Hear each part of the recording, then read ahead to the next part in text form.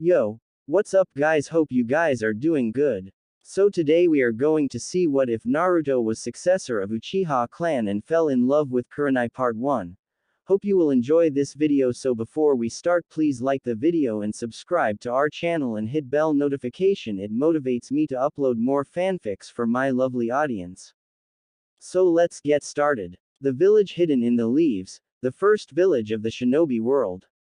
The Leaf Village is considered to be the strongest village among all the other villages. Many legends and heroes have been born in this village. The Leaf Village was known for its compassion and teamwork and considered its citizens and shinobi as equal and made no discrimination. However, that was not the case for a 5-year-old boy. This boy was none other than Naruto Uzumaki. The boy was the Jinchuriki of the nine-tailed fox that attacked Konoha a few years ago. The Kyuubi attack had severely harmed Konoha. Countless shinobi had died sacrificing their lives in protecting the village. There were also many civilian casualties and destruction of the village and its properties. In the end, through a valiant and self-sacrificing ritual, the Yondaime Hokage, Minato Namikaze, was able to restrain the fox and seal it into a newborn child. The fourth Hokage is still considered the biggest hero of the Hidden Leaf and had wished for Naruto to be seen as a hero that saved the village. Unfortunately, his wish was not fulfilled. This leads us to the present, where a 5-year-old Naruto was being mercilessly beaten by a mob of people consisting of many shinobi and civilians. He had bruises all over his body. Some of his bones were broken, but the worst part was that he was still conscious and could feel each blow being dealt on his body and many painful words like "Die demon. That is for my father. Monster. Scum. Bastard fox." And many more words were being spoken by the people. "Why do you hate me? What have I ever done to you?" asked Naruto meekly while sobbing. "You dare ask what you have done, you monster? Now I will show you what you have done," yelled one shinobi and started performing hand seals. Megan. Narakumi no Jutsu, demonic illusion, hell viewing technique. Naruto slowly felt himself surrounded in a swirl of leaves, and after a moment he was faced with the worst nightmare of his life. He was standing in a clearing field where a fierce battle was going on between many shinobi and a giant nine-tailed fox. Naruto had many nightmares of this fox since his early childhood and had always been terrified of it. The fox was killing people everywhere. People were dying, many body parts were littered all over the place, screams of the injured, fearful cries of the civilians, smell of blood all over the place, and the malicious aura of the fox all over the place. All in all, it was a nightmare. "Please make it stop," yelled Naruto in agony. "I'm sorry. Stop it. Stop it, stop," cried Naruto, but on hearing his pleas the mob was overjoyed and decided to kill him and get their revenge on their so-called demon. "Let's finish the demon," yelled one civilian, and the entire crowd cheered. The shinobi threw several kunai and shuriken towards Naruto, who had fallen unconscious due to the trauma. Clang clang clang. All of the kunai and shuriken were blocked by a squad of Anbu who were now standing in between Naruto and the mob. Leading the Anbu was Hiruzen Sarutobi, the third Hokage, and was leaking such killing intent that made many civilians fall unconscious and many shinobi were cowering under his piercing gaze. Hiruzen deeply cared for the boy. He respected the fourth's wishes and tried to make it come true but was not successful. He tried to make Naruto's life easy but faced many difficulties, but he would be damned if he would let anything happen to the boy whom he considered a grandson. "Anbu, execute all of these criminals for breaking the law," yelled Hiruzen, and the Anbu squad immediately followed his orders and started executing the criminals while ignoring their pleas of mercy and killing the demon instead of them. But this just enraged Hiruzen more, and within a few minutes, where once was a crowd who were willing to kill an innocent child, lay only dead bodies. "Let's take him to the hospital," said Hiruzen, picking up Naruto and checking over his injuries. "Forgive me, Minato," thought Hiruzen sadly. "Hi Hokage-sama," said the female Anbu captain, Neko, softly. She, along with most of the Anbu, did not hate the boy, in fact they cared for him. They knew the difference between a jailer and its prisoner and had utmost faith in the fourth Hokage's seal, unlike the rest of the villagers. They had seen how the boy was just a normal kid who just wanted attention and protected him many times. But today they were a little late as the boy was severely wounded. Also contact Kakashi and tell him to meet me at the hospital and tell him if he's late, I'll strip him to Genin, make him catch Tora for months, and I'll burn his entire Ika books, said Hiruzen angrily.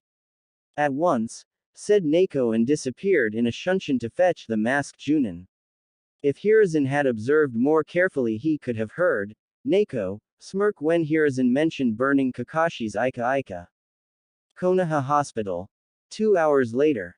Currently sitting in a hospital room were 3 people. They were Hiruzen Sarutobi, Kakashi Hatake and Dr. Masumi. They were all seated around Naruto who was sleeping and was covered in bandages. How is he? Asked Kakashi sadly. Kakashi knew Naruto's parents. In fact, Naruto's father was the Yondaime Hokage, Minato Namikaze, who happened to be Kakashi's sensei and the closest thing he had to a father. Kakashi cared about Naruto and wanted to adopt him, but the council had prevented him from doing so, much to his regret. He had tried to be there for Naruto but had failed miserably due to being continuously on missions. But today seeing Naruto in this state made Kakashi very angry, and if the culprits hadn't been executed by the Hokage he would have executed them himself. He has a few broken bones, a mild concussion, and bruises all over his body, said Masumi sympathetically. How long will it take him to recover? Asked Hiruzen with a frown as he still was pissed off with what happened with Naruto. Physically his wounds shall heal due to his tenant within a few hours, but that's not the problem, sighed Masumi. She hated such cruelty done to kids whether the child be a Jinchuriki or not. What happened? Asked Kakashi worriedly. It appears that the genjutsu casted on him has affected Naruto. He is in immense emotional trauma, and I'm sorry to say that Hokage-sama, but he will not be the same again, said Masumi sadly. Isn't there anything you could do, like erase the memory of the incident? Asked Kakashi. That is possible, but unfortunately he has been harassed and shunned by the villagers for years. He has been beaten, abused, ostracized, and this was the last nail in the coffin and has broken his mind completely. Apparently he was shown his nightmares over and over again, said Masumi. Hiruzen and Kakashi lowered their heads in shame and guilt for failing to protect Naruto. Hokage-sama, right now the boy's spirit is broken and I'm afraid if he stays alone longer then he might become insane as the villagers will continue to harass him. He needs a family right now, Hokage-sama, people who care for him and can protect him. He is still a child and as such needs the warmth and comfort that only a family can provide. It is the only possible solution to overcome his trauma, explained Masumi briefly. I see. Arigato Masumi-san. You are dismissed, said Hiruzen. Masumi bowed to the Hokage and left the room, leaving Hiruzen and Kakashi. Hokage-sama, I would like to adopt Naruto. Enough of this, he has suffered long enough. I gave my word to Minato-sensei that I will protect him like my younger brother and I have failed again. But not anymore, I'm gonna adopt him, and if the council have an objection they can kiss my ass, yelled Kakashi angrily. I understand, Kakashi, and I agree with you completely.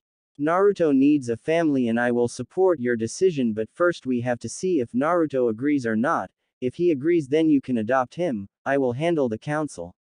The clan leaders agree with me, and as for the elders and the civilian council I will show them why I am the Hokage, said Hiruzen with determination.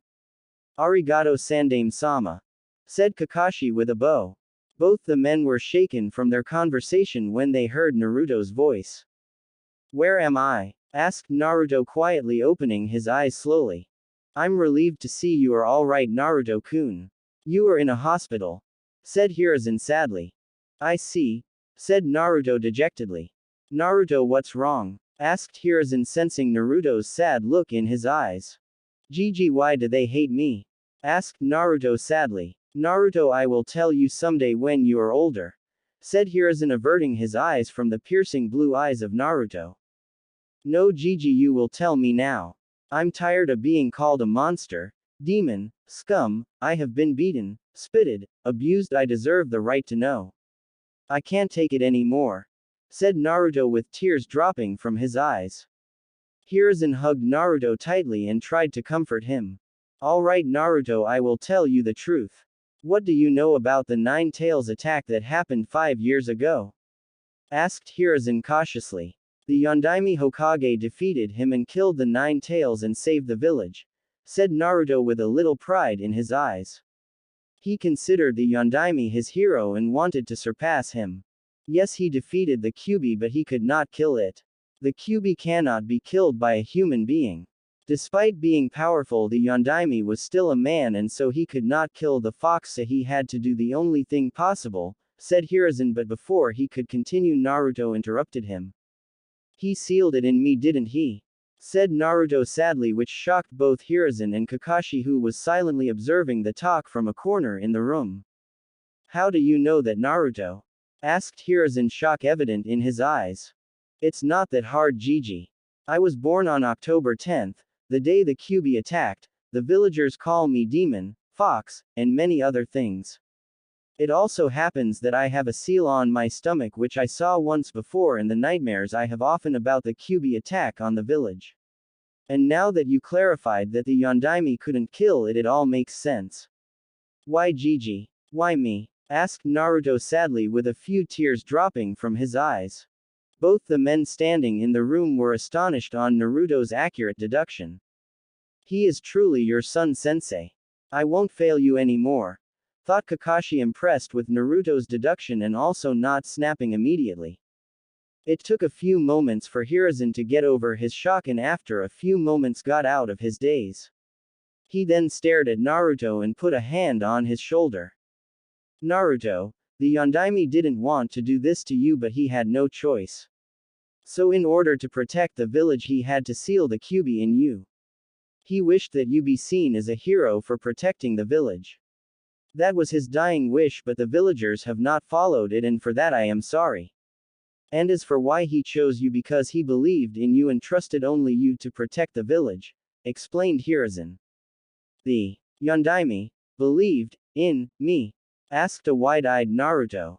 The man whom he considered his hero believed in him and trusted him to protect the village. Yes, he believed in you, Naruto, and trusted you, said Hiruzen, kindly giving Naruto a smile. Gigi, can you tell me who were my parents? Asked Naruto with hope in his eyes. Naruto, I will tell you about your parents when you are older. Tell you what, if you decide to become a ninja and reach Chunin rank, I will tell you. Don't worry, even if you don't become a ninja, I will tell you. Their identity is a big secret. They truly loved you and cared for you, and if they were alive they would still be with you, said Hiruzen, but knew that Naruto would insist more and was just waiting for the reply. I understand, I trust you, Gigi, and I hope one day you will tell me. But still I wish I had a family, said Naruto, averting his eyes from Hiruzen. You have a family, Naruto, said Kakashi, placing a hand on Naruto's shoulders. Who are you? Asked Naruto and looked up at the teenager. He was tall and had at an impressive height of 6 feet 1 inch. He was wearing the usual Konoha shinobi attire. His hitai was wrapped around his forehead but slanted so the cloth covers his left eye. The lower half of his face is covered by a blue face mask. His silver hair and single black eye were the only distinguishable features available, with his face so heavily covered. His chest was covered by his green Junin vest, which had many pockets for placing various things. His blue undershirt was shown as his shoulders, and arms are covered in the blue fabric from his shirt. The only break of the blue was the same red swirl presented proudly on his left shoulder. His hands were covered in fingerless black gloves with metal hand guards. His pants were a dark blue which are rolled up, allowing for his shins to be wrapped in tape and his feet to be covered with the common blue open-toed shoes. His leg was wrapped similarly with tape and his kunai pouch on his right leg. My name is Kakashi Hatake and I would like to adopt you, Naruto, said Kakashi with an eye smile. Why would you do that? Asked Naruto suspiciously. Naruto, I won't lie to you. I knew your parents, they were like family to me. I wanted to adopt you and raise you from the start. You are the only family I've got, but the council were preventing me, but Sandaime-sama has now made it possible for me to adopt you. I know I have not been there for you, but I would like to amend my mistake. You may disapprove if you do not want me to adopt you, I will understand, said Kakashi solemnly. Will you never abandon me? Do you truly care for me or just pity me, or just want to adopt me just because you knew my parents? Asked Naruto pleadingly. Naruto, I do not pity you and I truly care for you. You are like a little brother I never had, said Kakashi sadly. Arigato, Kakashi ni-san, said Naruto with a smile which Kakashi replicated with his own. Naruto, so do you accept? Asked Hiruzen, hoping Naruto would accept the offer. Hi, said Naruto with a small smile. Naruto, would you like to retain your Uzumaki name or accept Kakashi's family name? Either is fine by us. You can still retain the name when you are older if you like, said Hiruzen with a smile while Kakashi gave him a nod. I would like to keep Kakashi ni-san's name, said Naruto with a smile which pleased Kakashi's even more. Minato-sensei, Obito, Rin, I finally have a family. I won't let you down, thought Kakashi. Gigi, I want to become a ninja and protect the village, said Naruto. Hiruzen and Kakashi both smiled and nodded. Naruto, you will be moving to Kakashi's house and soon you will be entering the Ninja Academy. Kakashi will teach you Naruto, but tell me, what is your dream, Naruto? Asked Hiruzen. I want to be a ninja in order to protect the village. The Yondaime believed in me and I will make sure that his trust in me was the best choice. And as for my dream, I want to join the Anbu, said Naruto, shocking Hiruzen and Kakashi. Why do you want to join the Anbu? Asked Hiruzen curiously. I want to protect the village. The Anbu are the elite of the village, also the people respect the Anbu the most after the Hokage. They never showed any discrimination towards me and they're kind of cool. I want to be like them, said Naruto with determination. Alright Naruto, but you will have to work very hard to be an Anbu. I was an Anbu once and I know they are the toughest, so you will have to work and train harder, said Kakashi strictly. I won't let you down, ni-san, said Naruto with a grin. Good, said Hiruzen, happy to see that Naruto was slowly getting out of his trauma by having a family. Gigi, ni-san, there is a problem, said Naruto carefully. What is it? Asked Kakashi curiously. I know that the villagers hate me and it will take some time to prove it to them that I am not the Kyuubi, but some people may attack me again and I'm not strong enough to defend myself against ninja, said Naruto firmly. Hiruzen frowned on hearing the truth in Naruto's words. Of course, after today's incident the attacks would decrease, but one cannot be sure as there were many people who hated Naruto. I have a solution, said Kakashi and took out a black face mask from his vest and tossed it to Naruto. Naruto immediately caught it and the smile he had on his face could light up someone's day. It also pained Hiruzen and Kakashi to see that this was the first gift the boy had received and was happy. Thanks, ni-san, said Naruto and put on his face mask. Naruto, from now on you are Naruto Hatake. Become a good man and a strong and proud shinobi of the leaf, said Hiruzen and patted the boy on the back. Hi, said Naruto happily. Time skip. 6 months. It had been 6 months since Naruto was adopted by Kakashi. These 6 months were an entirely new experience for Naruto. He found out that Kakashi was a very calm, collected guy but was also lazy and liked to read Ika books, a porn book. Naruto did not hate the book but was also not fond of reading it every time like Kakashi. He was also not lazy like Kakashi and always wanted to train. He knew that Kakashi had lost his teammates who were his closest friends and used many means to hide his pain. Reading porn was one of them. Naruto's life had also been turned upside down. No longer was he a hot-headed guy who screamed for attention. It had taken a lot of time and effort from Kakashi and a lot of reading books based on human psychology for Naruto to understand that a person should assess the situation, be in control of his emotions and not get agitated soon, if he wants to be a true shinobi. Kakashi had started training Naruto. He had taught Naruto all about chakra and had taught him to fight with shuriken and kunai. Naruto had also learned the basic chakra controlling exercises like tree walking, water walking and leaf balancing. Though it was very tough for Naruto as he discovered that he had enormous chakra reserves as he was a Jinchuriki. Many villagers seemed to believe that Naruto was dead as they could not see his face as he always wore his mask. This was the only habit in which he followed Kakashi completely. When some people did recognize him, and showed any hostility or taunted him, he was able to maintain a calm demeanor and did not respond, which was one of the reasons the people now simply used to ignore him, which was better than being beaten. But what he did not know was that there had been few attempts to harm him but were stopped by Kakashi and the Hokage, and the culprits had been dealt with, without Naruto even noticing them. But today was not the case. Naruto was doing his shuriken training at Training Ground 7 waiting for Kakashi to arrive. He knew his brother would be late, so decided to start his training. He was getting better and better at throwing shuriken and was achieving most of the targets. Suddenly two people arrived at the training ground. Naruto looked at them and saw two Anbu standing there. Their faces were hidden by their masks, however their masks were different than most Anbu, because they were blank. Naruto Hatake, said the Anbu on the left flatly. Huh? Asked Naruto, curious as to why the Anbu were here and asking for him. Suddenly both the Anbu charged at him, drawing their swords ready to strike him down. Naruto had only time to blink as he barely dodged the strike of the swords but still got a cut on his face mask. It was due to sheer luck and due to some of Kakashi's training that he was barely able to dodge the blow. What the hell are you doing? Shouted Naruto angrily. The Anbu were surprised that he was able to dodge the strike but neither showed any emotions. They never showed emotions. Getting out of their daze, they started leaking a massive amount of killing intent.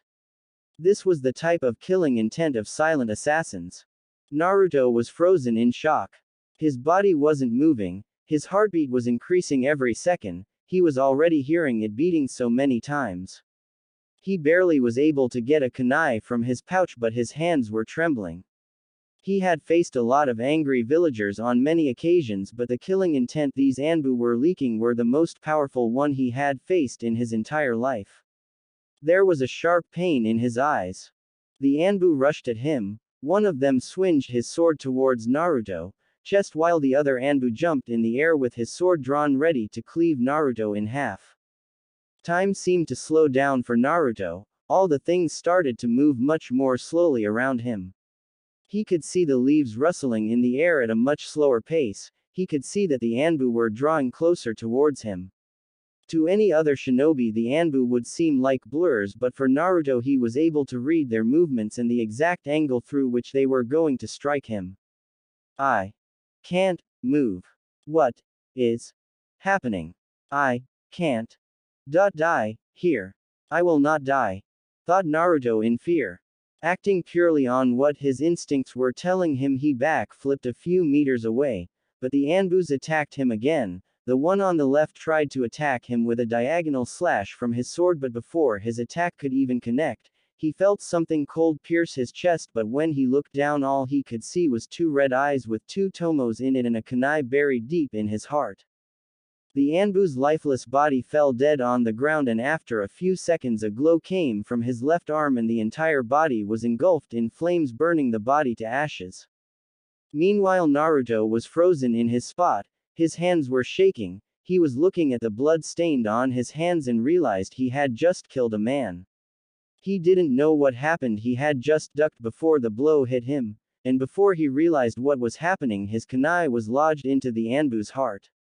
He had seen the shock in the man's eyes hidden behind his mask, which were then replaced with emptiness before he fell on the ground, and was burned to a crisp. I killed him. I am a murderer, thought Naruto sadly, and tears started to drop from his eyes. Meanwhile the remaining Anbu was shocked to see his partner killed by the boy and was just about to attack him, and was already charging towards him. Naruto was frozen in his spot, so it looked much easy.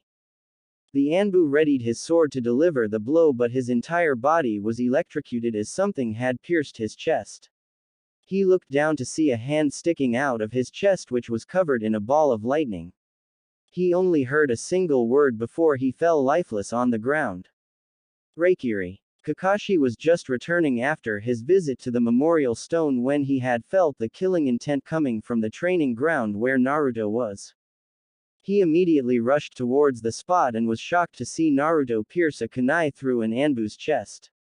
But before he could understand what was happening, he saw another Anbu charging towards Naruto, who was in shock due to his first kill.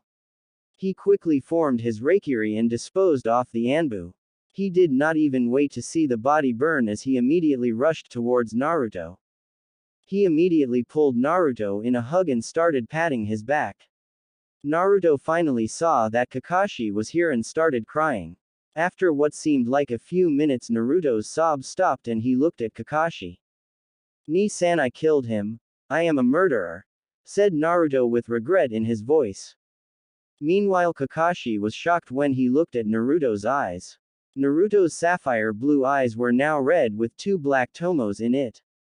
How in the hell does he have the Sharingan? Thought Kakashi, not believing what he was seeing. "It's okay, Naruto. You just defended yourself. Now please tell me what happened," asked Kakashi softly.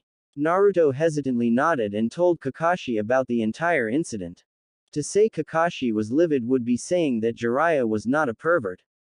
He was furious at Danzo. He knew that these Anbu belonged to Danzo. "I need to talk to Hokage-sama, but first I need to do something for Naruto," thought Kakashi tactically. "Naruto, let's go to eat at Ichiraku's. You can talk to me there and also eat your ramen. I'll let you eat as much as you can today. But before that, stop sending chakra to your eyes," said Kakashi with a smile, hoping Naruto would not understand why he wanted it to do it. "Hi," said Naruto, still in deep thought, and stopped channeling chakra in his eyes, which turned back to his sapphire blue eyes. "I guess eating ramen and talking with Ni-san will help," thought Naruto dejectedly. Kakashi felt relieved that Naruto did not notice the change in his eyes yet. Ichiraku's. Kakashi watched Naruto eat ramen quietly while talking to Ayame, who understood that Naruto was disturbed and was cracking some jokes to ease his mood. Talking with Tsuki and Ayame and eating 10 bowls of ramen had improved Naruto's mood to some extent. Kakashi had explained to him that he was attacked and he did what he had to do in order to protect himself, and it was not his fault, and it was an accident. This seemed to ease Naruto a bit, but he still regretted that he had killed the man, but not as much as before. After he finished his meal, Kakashi paid for the meal, and when Naruto was about to leave, he felt someone hugged him from behind. He looked back to see Ayame was holding him and Tsuki had a kind smile on his face. "Naru-chan, please be okay. I am always there for you," said Ayame with a kind smile which was filled with warmth. She then slightly pulled his mask down and gave him a soft kiss on his cheek. Naruto blushed. Ayame was beautiful and he loved her like his older sister, and she cared for him. Apart from Hiruzen and Kakashi, Tsuki and Ayame were the only ones who cared for him in the village and loved him. "Arigato, Nei-chan," said Naruto happily, and hugged Ayame back as a lone tear escaped from his eye. Meanwhile, Kakashi and Tsuki both had smiles on their faces on seeing the affection between the brother and sister. After a few moments, Naruto recomposed himself but still had a blush on his face as he touched his cheek where he could still feel Ayame's lipstick mark. "Ah, you two look so cute. It looked as if you were his girlfriend," teased Tsuki playfully. Naruto had a deep blush on his face while Ayame's cheeks went a little pink. "I wouldn't mind that, would you, Naruto-kun?"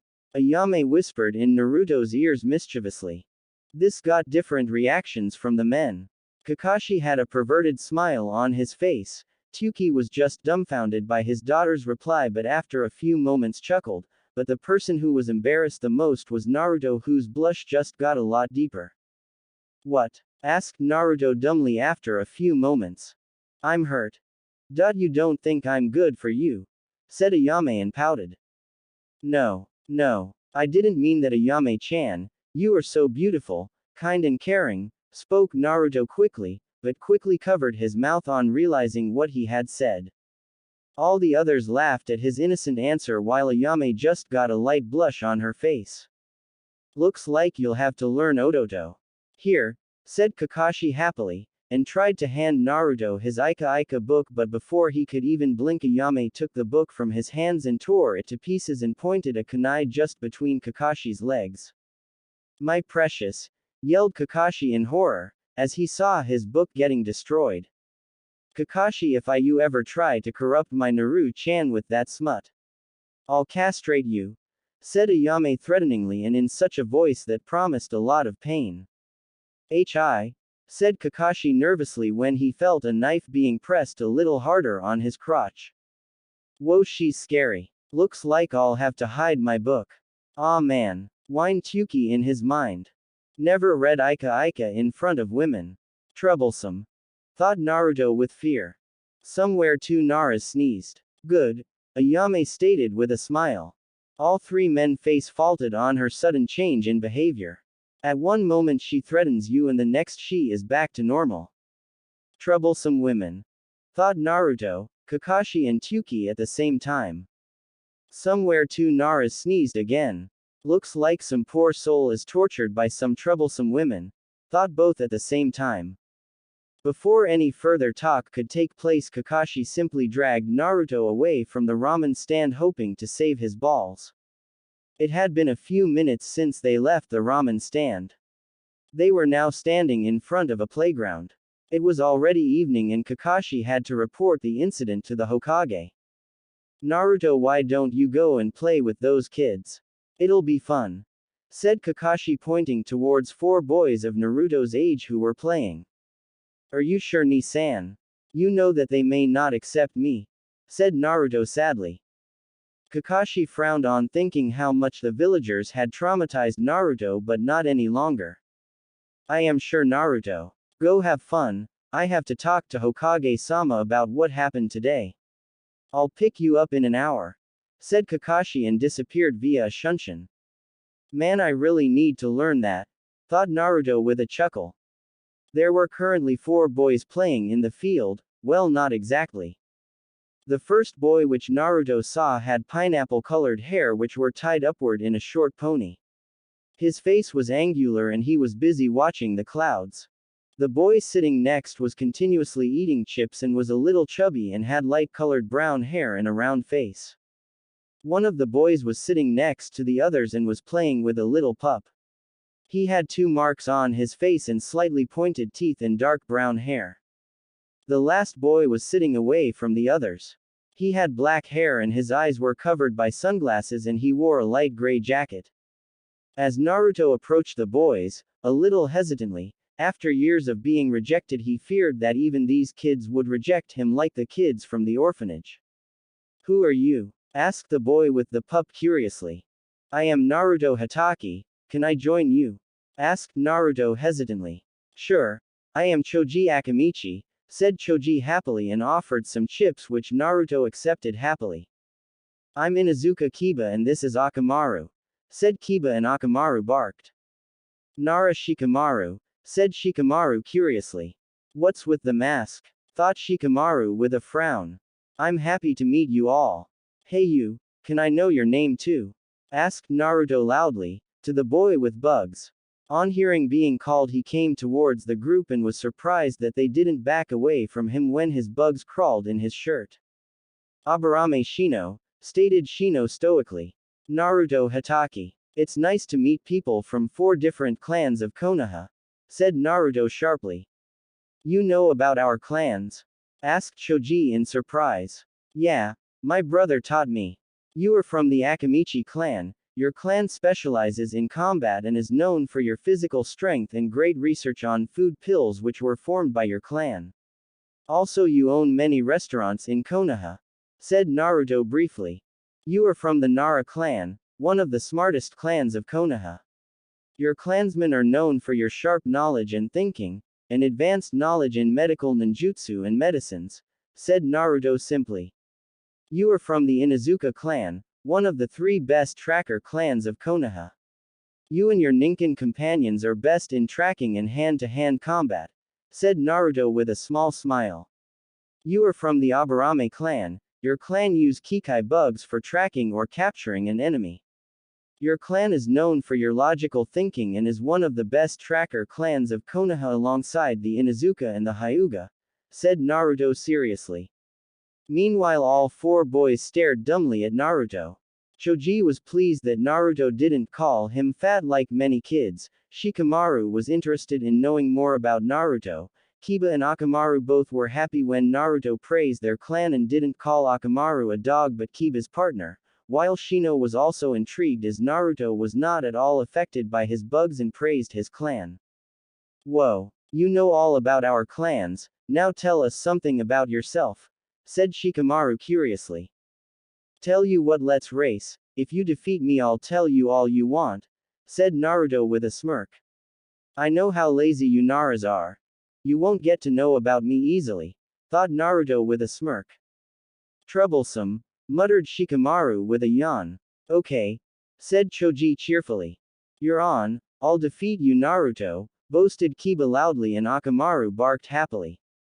I accept your challenge Naruto-san, stated Shino simply. Naruto's fine Shino, what say friends? Asked Naruto holding out his hand. Friends? They all agreed in unison and shook each other's hand. I finally have some true friends, thought Naruto happily. Only if he knew that these boys would become his best friends for life and would always stand by him. Hokage Tower. Hiruzen smiled on watching the entire interaction between the kids through his crystal ball. At first when Kakashi reported the entire incident he was angry, but as the bodies of the attackers were destroyed by the seal on them, there was no proof against Danzo, so he had to let it go but he would keep a close eye on Danzo from now on. He was saddened to hear that Naruto who was just 6 now had his first kill, but after watching the entire scene and seeing Naruto finding some true friends, he was overjoyed. Perhaps there is still hope for Naruto's acceptance, thought Hiruzen hopefully. He finally has some friends, said Kakashi happily. Indeed, the will of fire burns brightly in them. They are the future of the village, said Hiruzen sagely. Hokage-sama, I still can't understand how Naruto has the Sharingan, asked Kakashi curiously. No, you are wrong, he is a descendant of the Uchiha clan. So he has finally awakened his birthright, said Hiruzen more to himself than Kakashi. What? Asked Kakashi a little loudly. It is true Kakashi, said Hiruzen simply. But Hokage-sama, Naruto's mother was an Uzumaki not an Uchiha, and Minato-sensei was an orphan, said Kakashi quickly.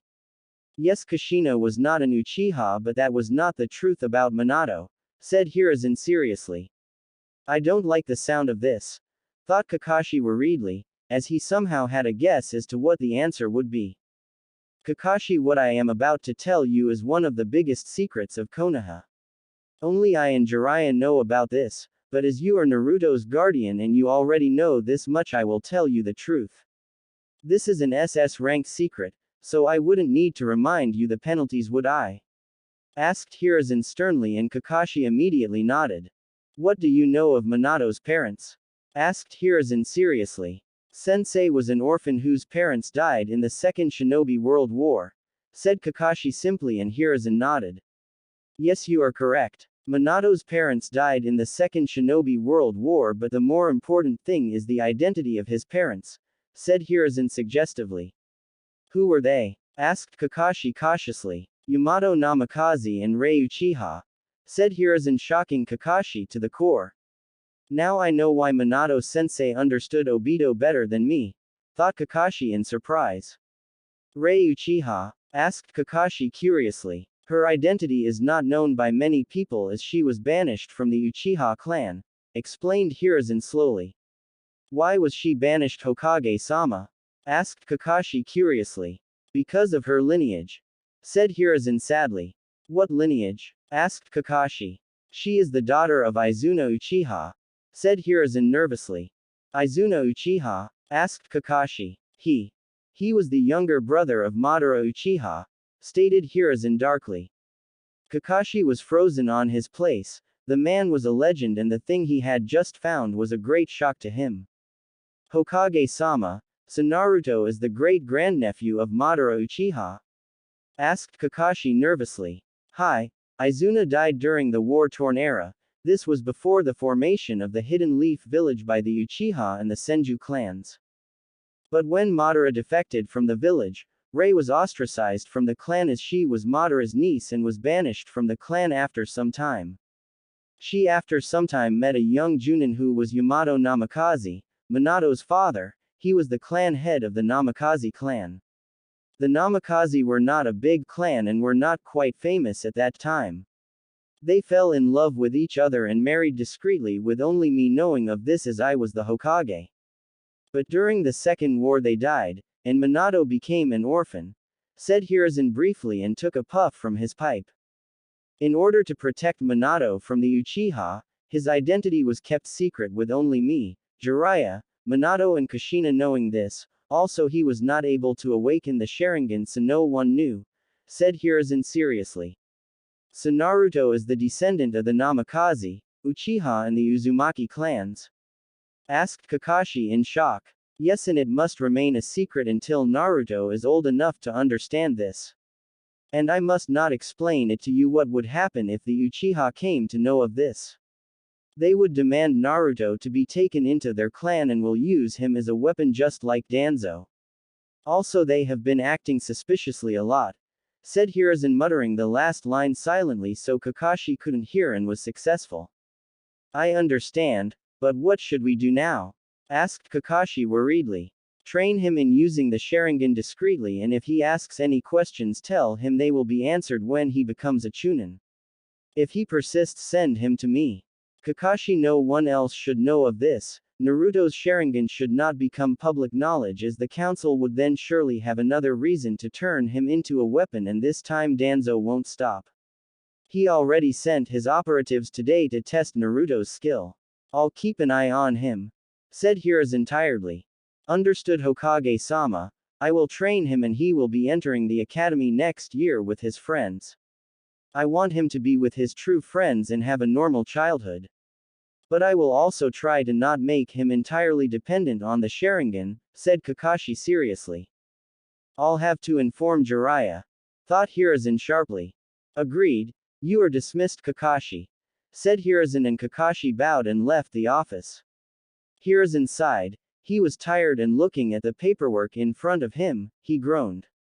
Man, I won't get to read my Ika, thought Hiruzen sadly. It had been a month since Naruto had awakened his Sharingan.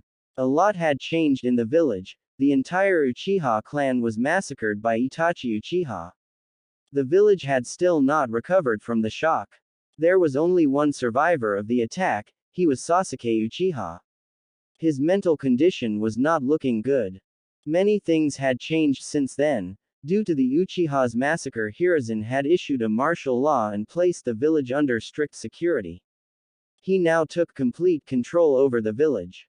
He overruled the council with the help of the fire daimyo and gained complete control over the shinobi as well as civilian affairs of the village.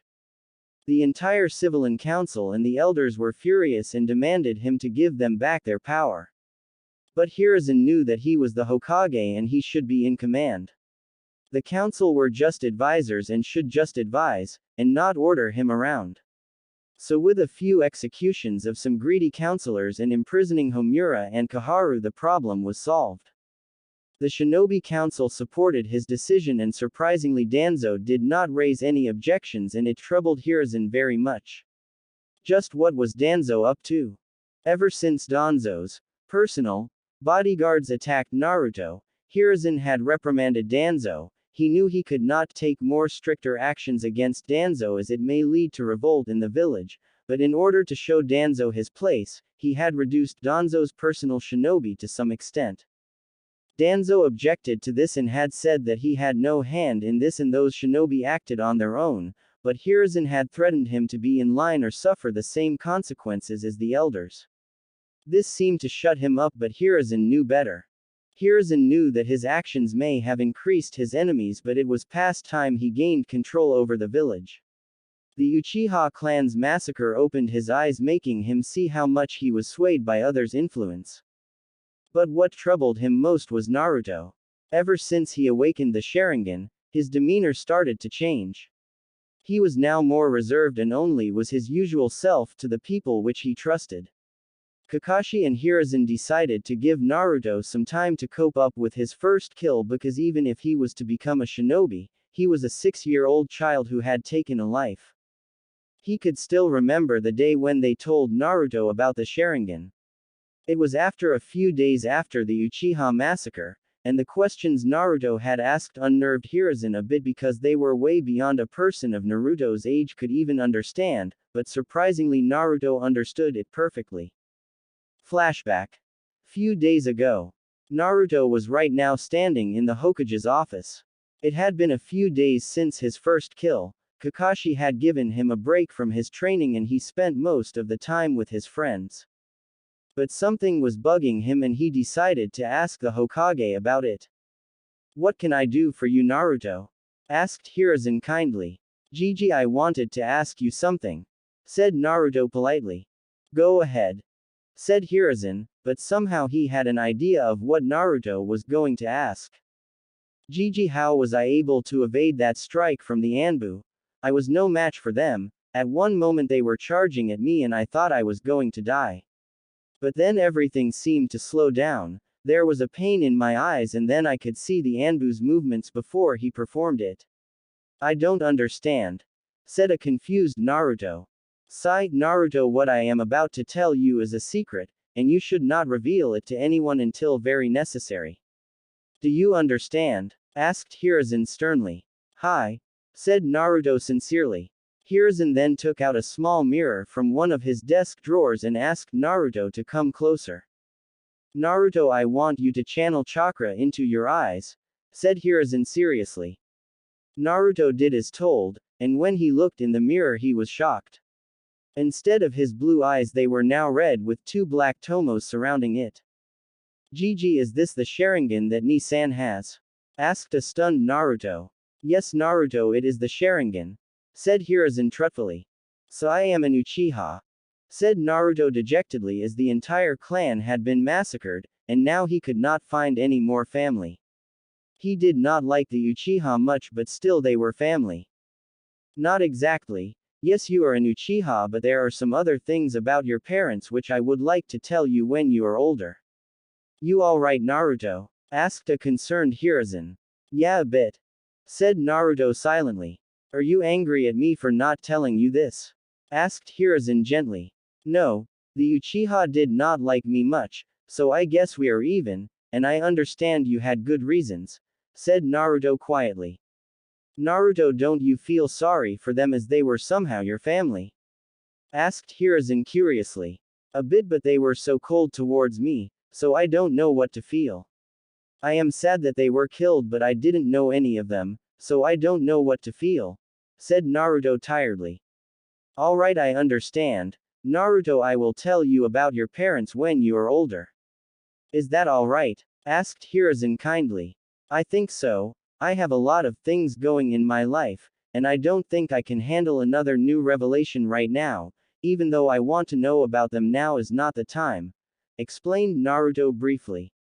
"You're too smart for your own age, Naruto," said Hiruzen with a smile, and Naruto nodded a little sheepishly. "Gigi, were my parents bad people?" asked Naruto, suddenly catching Hiruzen off guard. "No, Naruto, they were one of the best people I have ever met. They loved you with all their heart. They were proud shinobi of the leaf who gave their lives to protect the village," said Hiruzen honestly. "Gigi, what is the meaning of the village? What is a true shinobi?" asked Naruto as he wanted to know why his parents died for the village, and left him alone in this cruel world. Hiruzen was shocked on hearing Naruto's question. He remembered the first and the second Hokage's advice to him regarding the Sharingan, and knew that his answer would be very important in deciding Naruto's thinking and his future. He had failed in teaching Orochimaru, and he had fallen into darkness, and he won't let that mistake happen again. A village is a place where people come together. It is a place where people put aside all their past differences and end the chaos. It is a place where the children and the old are protected, the young prosper. It is a place where people can spend their life in peace," said Hiruzen carefully. "What is the duty of a shinobi?" Is being a shinobi meant leaving your child in a cruel world alone? To let him face difficulty and hardships and pain alone? Is it not a parent's duty to protect and be there for their child? Aren't they supposed to take care of them? If a parent leaves his child like this, then they are trash, yelled Naruto with tears in his eyes. Hiruzen got up from his desk and went towards Naruto. He then leaned down and put a hand on his head, and lifted his chin with his other hand so he could look in his eyes. When he looked in his Sharingan eyes, he saw pain, hurt, betrayal, and knew he had to make things right. Naruto, let's go for walk.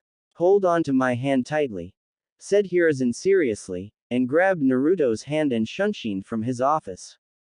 When Naruto opened his eyes, he saw he was standing on the top of the Yondaime's face at the Hokage monument. It was evening time and the sun was setting and the village looked beautiful. It's beautiful, isn't it? Asked Hiruzen kindly. Yeah, said Naruto with a small smile. Naruto, the village is not formed by bricks and stones. It is founded by the people. When you look at the people, what do you see? Asked Hiruzen curiously.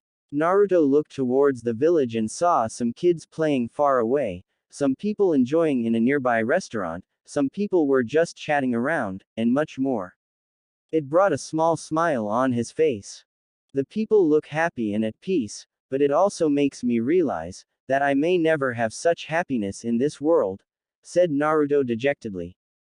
That's not true, Naruto. Yes, it is very unfortunate and sad that your parents died, but you are not the only orphan in this village. And you still have me, Kakashi, Tsuki-san, and Ayame-chan and your friends, don't you? Aren't we your family? I think that does count as some happiness, said Hiruzen kindly. Sorry, Gigi, I just got swayed by my emotions. Yes, I have you guys. I don't know what I would have done without you all, said Naruto with a smile behind his mask. I understand. Now come on, there is one more place we have to go, said Hiruzen happily, and offered Naruto his hand as they shunshined away. Right now Naruto and Hiruzen were standing in a clearing surrounded by trees, and there was a big stone situated in the center of the clearing. Hiruzen took Naruto towards the stone. Gigi, what is this place? Asked a confused Naruto. This is the place where the heroes of the Hidden Leaf Village are honored, said Hiruzen sadly. Heroes? Asked a confused Naruto. Yes, can you see that stone? Asked Hiruzen simply, and Naruto nodded. There the names of all those shinobi who gave their lives in order to protect the village are written, said Hiruzen seriously. Are my parents' name there? Asked Naruto sadly. Yes, said Hiruzen honestly. Gigi, can you please tell me their names at least? Please, Gigi, pleaded Naruto with his puppy dog eyes. Damn, where did he learn that? Thought Hiruzen with a frown. Alright, but I will only tell you your mother's name. I'll tell you about your father some other time, offered Hiruzen. Naruto pouted. He wanted to know his father's name, but at least his Gigi was telling him his mother's name. He wanted to know her name for so long. Okay, Gigi, said Naruto with a smile. Her name was Kushina, said Hiruzen sadly, remembering all the time he spent with her in Minato. Naruto went towards the stone and after a few moments he reached a point where his hands froze. Written on that place was a name of a person he desired the most in the world. The one person which he never had, his mother. He wanted to know what was a mother like. He had seen his friends with their mothers and every time his heart ached when he saw that his mother was not alive and with him. How he could have had the love of a mother, how badly he wished his mother was alive. Kushina Uzumaki. Ka-chan, said Naruto with tears in his eyes. Hiruzen put a hand on his shoulder and waited in silence for Naruto to let out his feelings. Naruto cried for a few minutes, but after that he seemed to settle down. Naruto, inside every shinobi of the Leaf Village burns the will of fire, said Hiruzen kindly. Will of fire? Asked Naruto quietly. It's the unbreakable bond that every shinobi in the village has with each other. It gives us the strength to protect our village. A shinobi is a person who endures pain and faces hardship in order to protect something precious, that is the will of fire, said Hiruzen kindly. The will of fire burnt brightly in your parents. Imagine if they and many other shinobi had not sacrificed their lives, then the village would have been destroyed. The peace in which we live in would not exist, the people those are living happily may not be alive, if not for the sacrifice of these heroes. The path of shinobi is one of sacrifice and pain, that is a shinobi, concluded Hiruzen. Do you think I can become a good shinobi? Asked Naruto hopefully. Let me ask you something first, what is precious to you? Asked Hiruzen seriously. My family, friends and my village is precious to me. Even though some villagers may not like me, but this was the country I was born in and this was the village which my parents gave their lives for, so I will honor my parents and protect it. Do you think the villagers will accept me? Asked Naruto with hope in his eyes. The will of fire burns the brightest in you, my boy. And yes, I truly believe that the people will see you as a hero one day. I believe in you, Naruto. Said Hiruzen kindly. Arigato Gigi, I will follow my own path, and will fulfill my dream and protect the village. Said Naruto with determination, and gave Hiruzen a hug which he returned. I have no doubt about it. Now would you like Kakashi to train you in using the Sharingan? Asked Hiruzen curiously. Hi. Said Naruto excitedly. Alright, I'll ask Kakashi to train you from tomorrow. Give it your best. Now go and play with your friends if you like. Said Hiruzen happily. Hi. Said Naruto and rushed off to play with his friends. That went pretty well, Sandaime-sama. Said Kakashi with a smile coming out from the trees with his book in his hand. It went better than I expected, but we just avoided a major problem today, Kakashi. Said Hiruzen in relief. Yeah, even I was taken off guard by his questions. Said Kakashi seriously. Yes, it was indeed troublesome. If not for Shodai-sama and Nadaime-sama's advice, I don't know what would have happened. Said Hiruzen worriedly. What do you mean, Hokage-sama? Asked a confused Kakashi. As you know, an Uchiha activates his Sharingan when he is faced with emotional turmoil, despair or in life or death situations. Said Hiruzen, and Kakashi lowered his head as he remembered his friend Obito activating it. But when a person activates the Sharingan he starts to change. Said Hiruzen gravely. I don't understand, Hokage-sama. Said Kakashi with a frown. The Nadaime had told me that the Uchiha were a clan who sealed of their own emotions. So when they awaken the Sharingan, all the hidden emotions awaken with it. For people who want power, the eye gives them power, but also increases their ego, making them think they are invincible. For those who have experienced sadness or pain, it changes them to people who hate the world. For those people who have stored away their love for the person or thing increases, and for those people like Naruto who are confused, it can end up in two ways. Either they would follow the right path in life or fall to darkness, and I don't want that for Naruto. He is like a grandson to me. The Uchiha's love was greater than that of the Senju. Said Hiruzen, shocking Kakashi. But it still does not clearly explain what it has to do with Naruto. Asked Kakashi curiously. I'll explain it. As time passes, the person's Sharingan grows stronger, and so does his feelings. Many Uchihas in the past had become insane due to this. The Nadaime had told the Sharingan is the eye that shows emotions. When I looked in Naruto's eyes today, I saw sadness, pain and betrayal in them. If these feelings would have grown, can you imagine what would have happened? Said Hiruzen gravely. He would have hated the village and many people for his fate, and his Sharingan combined with Kyuubi sealed in him could have made him a new Madara. Said Kakashi in shock, realizing what could have happened. Indeed, Hashirama-sama had told me that it was the insane love of Madara for his younger brother that made him mad. So he had told me to treat them with love, but I failed once again, but I won't let it happen with Naruto.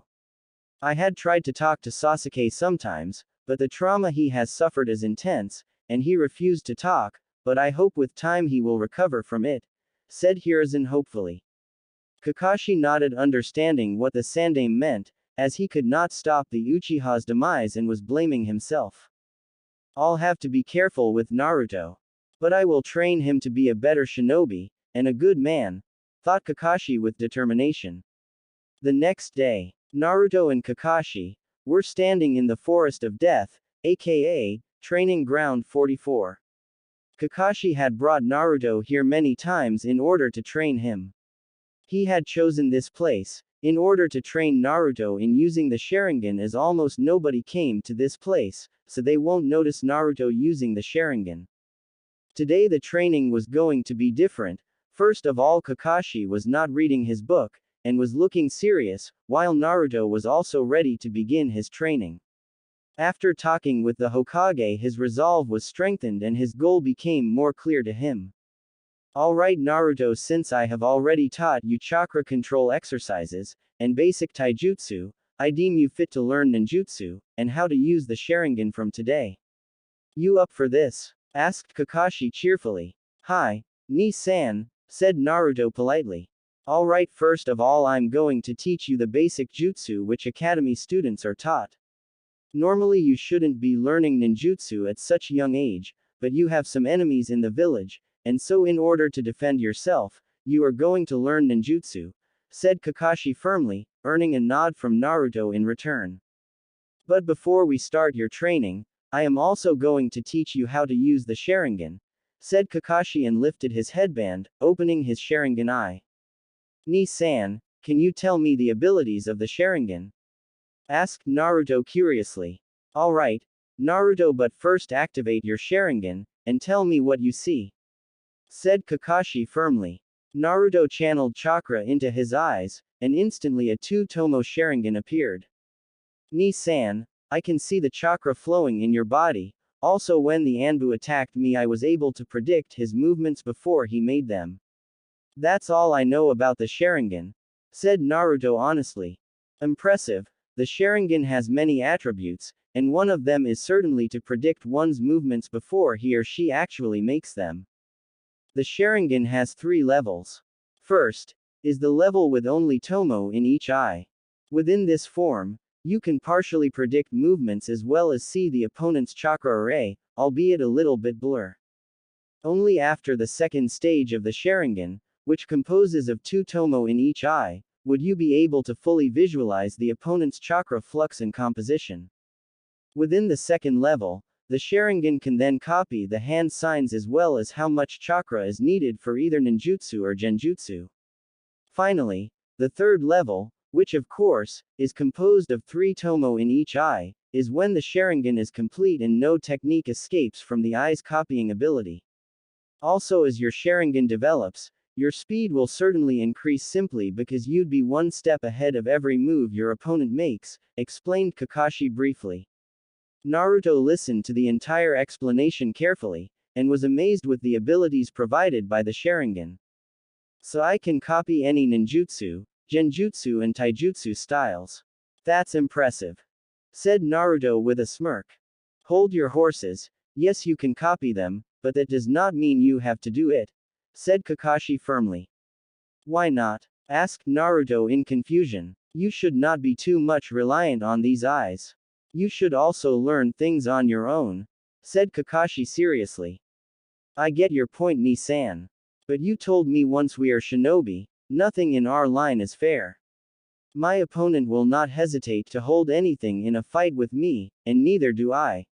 And shinobi should use all the tools they have in order to achieve victory.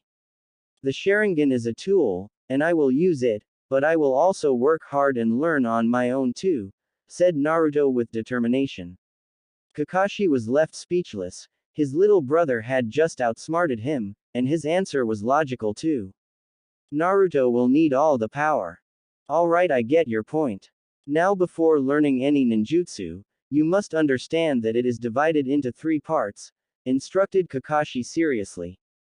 What are they? Asked Naruto curiously. First is to perform hand seals, the next is to gather and mold chakra, and the last step is to combine both the first 2 steps, and execute the technique perfectly. It requires utmost concentration, said Kakashi seriously, and Naruto nodded in return, signifying he got the point.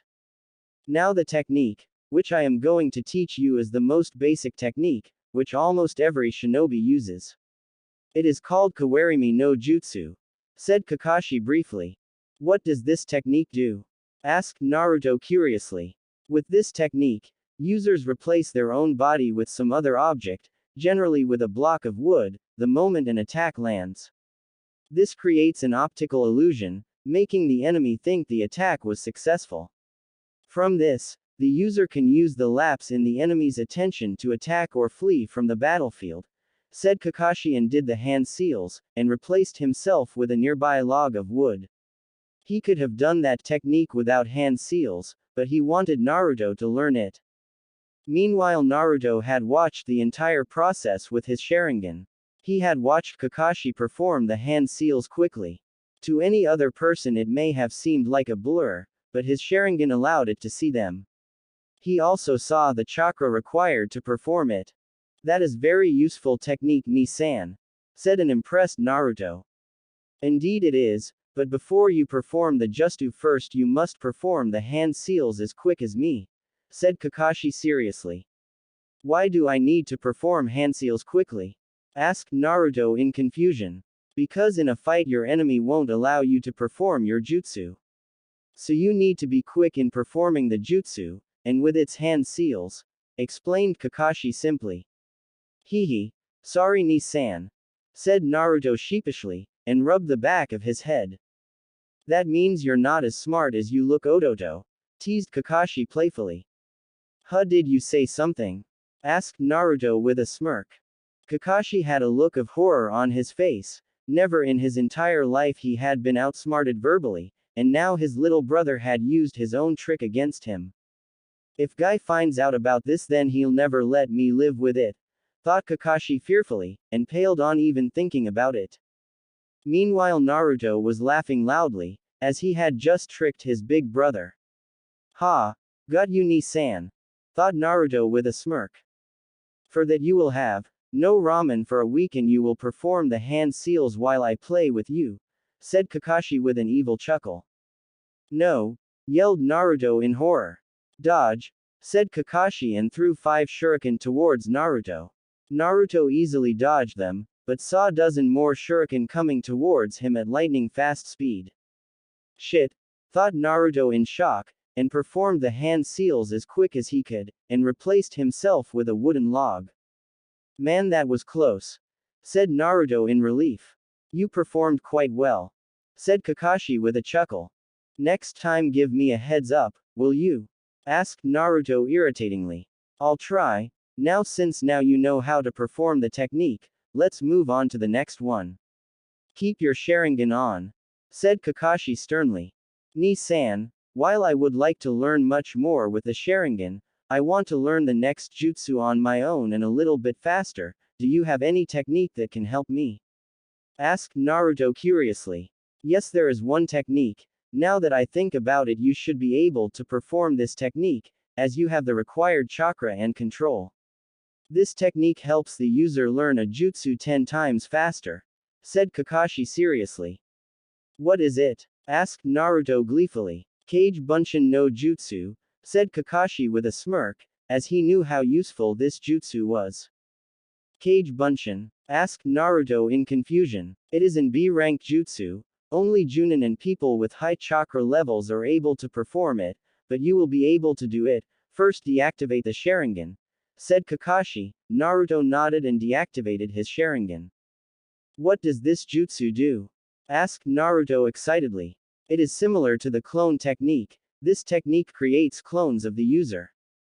However, these clones are actual copies, not illusions. The user's chakra is evenly distributed among every clone, giving each clone an equal fraction of the user's overall power. The clones are capable of performing techniques on their own and can even bleed, but will usually disperse after 1 or 2 solid blows. Shadow clones can't be distinguished from the actual person because the clones have the exact same amount of chakra and aren't made from any other substance. A characteristic that is unique to the shadow clone technique is that any experience the clones gain during their existence is transferred to the user once they are dispersed. This makes the technique ideal for spying, since the user can simply send a clone to spy on a target, then have the clone disperse itself without returning to pass the information back to the user. It's also useful for training purposes, since the total amount of experience the user gains is multiplied by the total number of clones being used to train. For example, if a user creates one shadow clone and trains together with this clone for 1 hour, then dispels the clone, the user gains 2 hours of training in 1 hour by adding the hours of clone and the user together, explained Kakashi deeply. Naruto was practically drooling on the aspect of learning such a useful jutsu. It was the best thing after his Sharingan. Teach me now, said Naruto quickly. Alright, now watch carefully, said Kakashi with a chuckle on seeing Naruto's eagerness to learn it, and he couldn't blame him. The shadow clone was one of the most advanced and beneficial ninjutsu. He did 2 hand seals and instantly 2 exact replica of Kakashi popped into existence. As you can see, we are real, and can do anything, said both clones in unison, and started climbing a tree to show Naruto that they were real and not illusions. Wow, I'll do it too, said Naruto eagerly, and formed the hand seals. Wait, shouted Kakashi, but was already too late as he was surrounded in cloud of smoke, and when his vision cleared he was shocked to see himself surrounded by 50 identical Naruto clones, all of whom had a smirk behind their masks. Yo, said all the clones in unison. Damn, I knew you would be able to do it, but 50 clones at your age is astonishing. You alright? Asked Kakashi worriedly. Yes, I'm fine. Just a lot of my chakra is spent, said Naruto a little roughly, as he was feeling the effect of the technique on his body. I understand, it is a forbidden technique, and if not for your high chakra reserves, and your tenant, you'd be dead by now. Naruto, you should always be careful while learning this technique, said Kakashi sternly, making sure Naruto understood his reasons. You worry too much, Ni-san, but I'll be careful, said Naruto with a smile. Good, that's what I'll always expect from you, said Kakashi happily. Ni-san, what should I do with these clones? Asked Naruto curiously. Kakashi thought for a moment. Meanwhile, all the clones were chatting among themselves, wondering what they were supposed to do.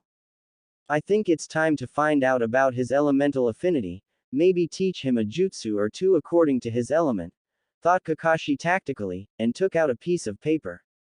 What is this, Ni-san? Asked Naruto curiously, taking the paper from Kakashi. This is a chakra paper. But before I tell you any further, tell me what are the 5 basic types of elements, and its applications for ninjutsu?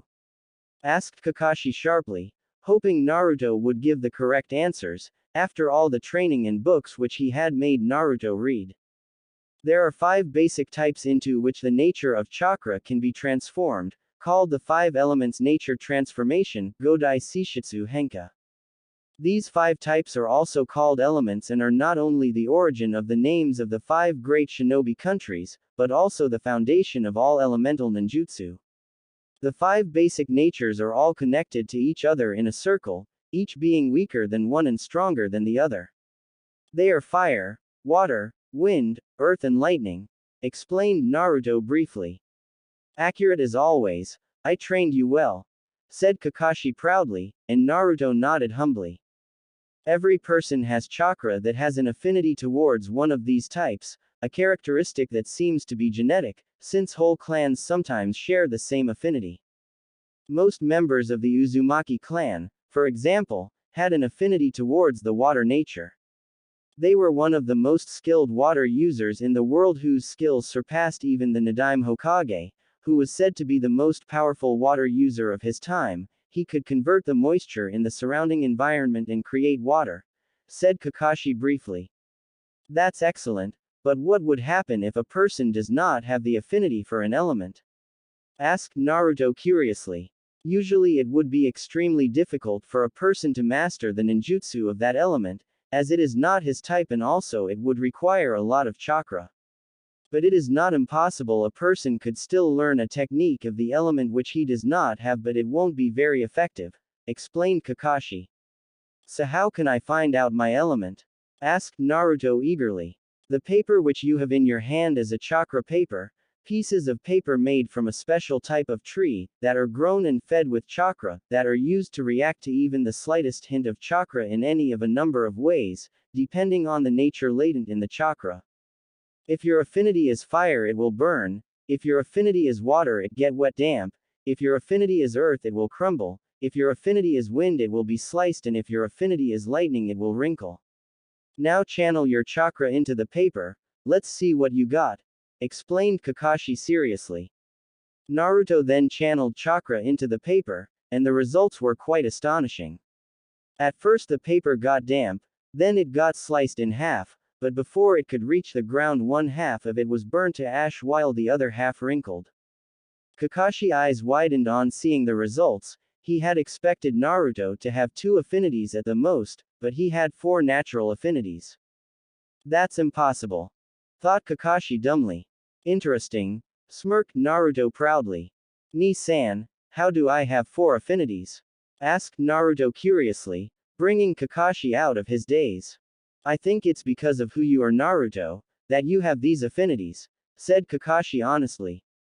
What do you mean? Asked Naruto confusedly. It seems that your water affinity is the strongest out of all your affinities, with wind rivaling it. Your paper got damp first, so you have a strong water affinity, also you have a strong affinity for fire and lightning. The reason I think for you having these affinities is because of your clan.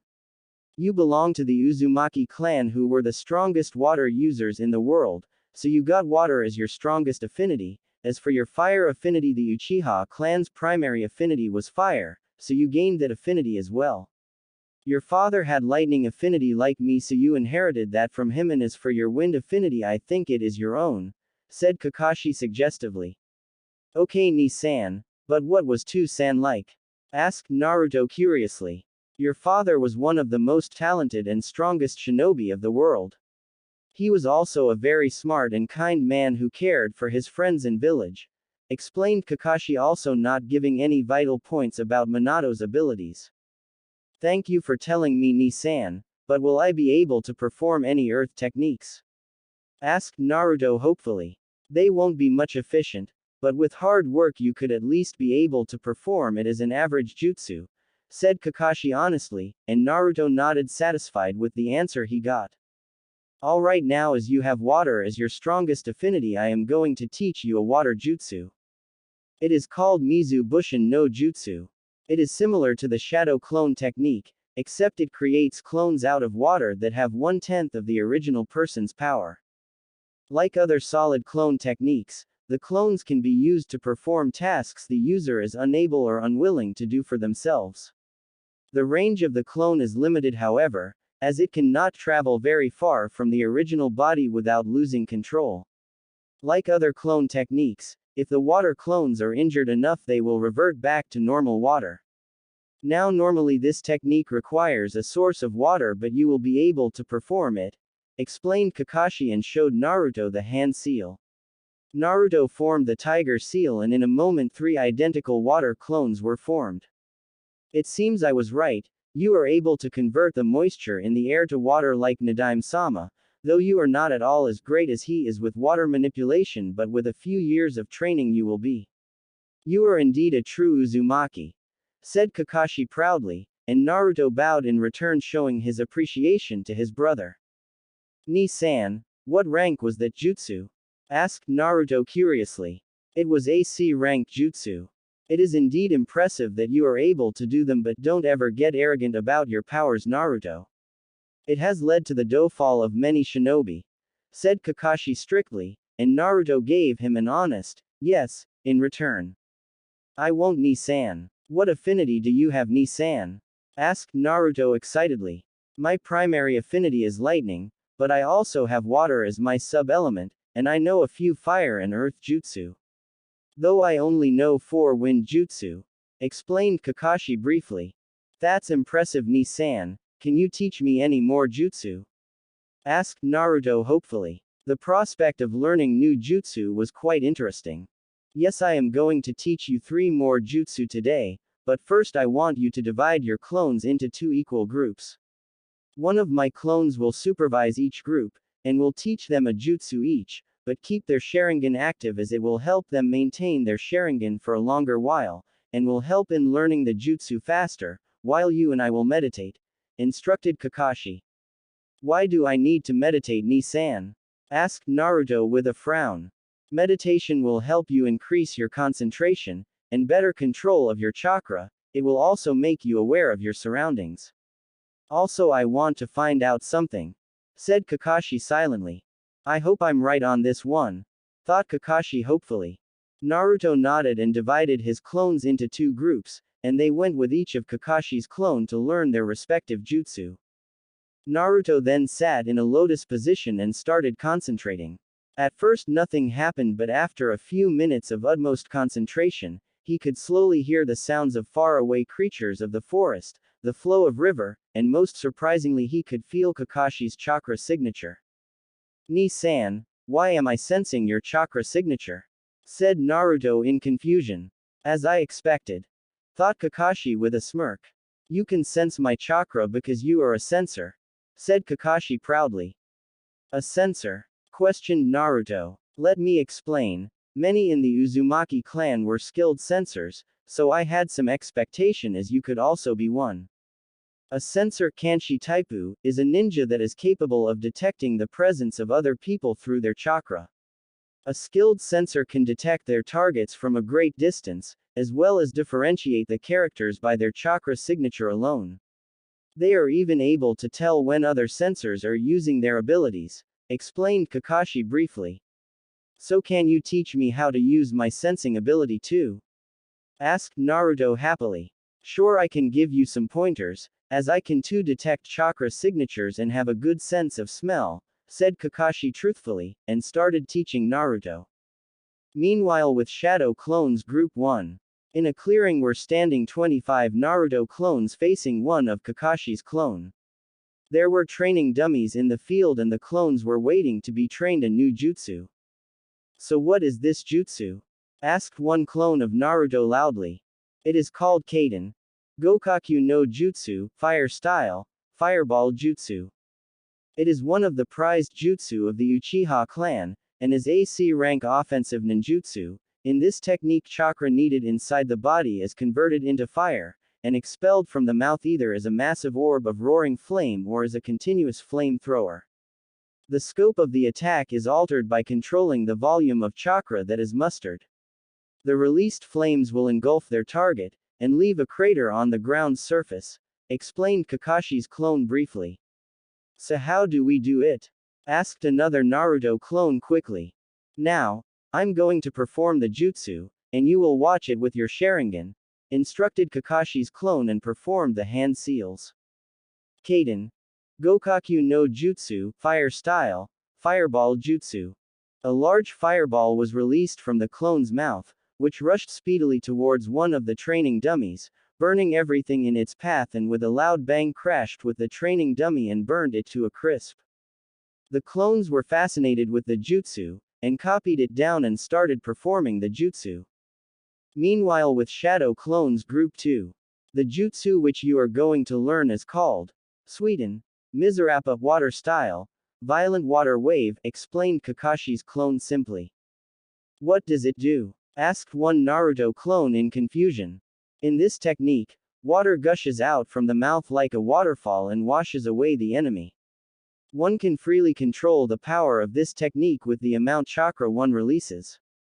Having many variations, this is a basic water release technique and is AC rank offensive ninjutsu, explained the Kakashi clone. He then performed the dragon, tiger and hare hand seals and spitted a small stream of water towards a nearby tree. The small wave crashed violently with the tree and created a small crater on the tree's body. Alright, now you have copied the jutsu, start practicing it, instructed the Kakashi clone. Hi! Yelled all Naruto clones in unison and started practicing. Few hours later. It had been a gruesome training day for Naruto. He was now completely exhausted, as he received the memory of his shadow clones and the fatigue too. He had also learned some sensing ability from Kakashi, during these hours of meditation. Kakashi was proud of Naruto for learning so fast, and with his stamina, and decided to check the results of the two jutsu he learned. Naruto, do you think you can perform the jutsu the clones learned? Questioned Kakashi seriously. Yeah, I can do that, said Naruto panting heavily. He is exhausted but still is not willing to give up, thought Kakashi proudly. Naruto then performed the hand seals and performed the jutsu he had learned. Sweden. Misurappa water style, violent water wave.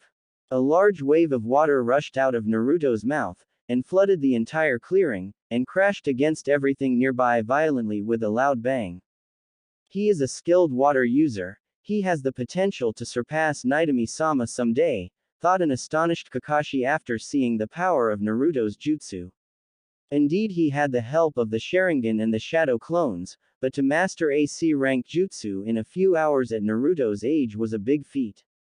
Without waiting for any comment from Kakashi, Naruto performed another set of hand seals, and gathered chakra and executed his next technique. Kaden. Gokaku no Jutsu, Fire Style, Fireball Jutsu. A small fireball equivalent of the size of a large windmill shuriken was executed from Naruto's mouth. It crashed with a nearby tree, burning it to some extent. Excellent work, Naruto. You have already mastered the Suiden Jutsu, while your Kaden Jutsu was good, but it still needs to be more efficient. But I'm sure with training you will be able to do it, said Kakashi proudly. Thanks. Pant. Ni-san, said Naruto tiredly. Oh. Looks like you're tired. Even your stamina has limits, teased Kakashi. Naruto pouted and glared daggers at Kakashi, making him laugh. Tell you what, I'll teach you one last jutsu. It is an E-rank jutsu and requires minimum chakra. If you are able to do it, I'll take you to Ichiraku's today, said Kakashi with a smirk. You're on, Ni-san, yelled Naruto, all the fatigue gone from his body almost instantly. Anything for ramen, thought Naruto gleefully, imagining the number of bowls he would eat. I should have not said that. Geez, where does he get so much energy from? Whined Kakashi with anime tears dropping from his eyes. I'll get you for this, thought Kakashi with an evil smile. Alright, this jutsu is a basic technique which all ninja use. It is called Henge no Jutsu. It is typically used to change into people other than oneself, but one also has the ability to change into animals, plants, and even inanimate objects like weapons. This gives this technique an abundance of uses. The transformation of a skilled shinobi will be exactly like the genuine article, so it will be impossible to tell the two apart. On the other hand, a transformation performed by an inexperienced person will have obvious discrepancies, explained Kakashi, and performed the hand seals, and performed the jutsu, transforming himself into a panting Naruto who had a stupid expression on his face. Hey, got you, thought Kakashi with a smirk. Meanwhile, Naruto had activated his Sharingan, and had watched the jutsu closely, and decided to give Kakashi some payback and performed the jutsu. Immediately in place of Naruto stood a tall blonde girl whose hair reached up to her ass. Her face was angular and she had beautiful blue eyes. She had large C-cup breasts, a curvy ass and long silky legs, and the most astonishing feature was that she was completely naked.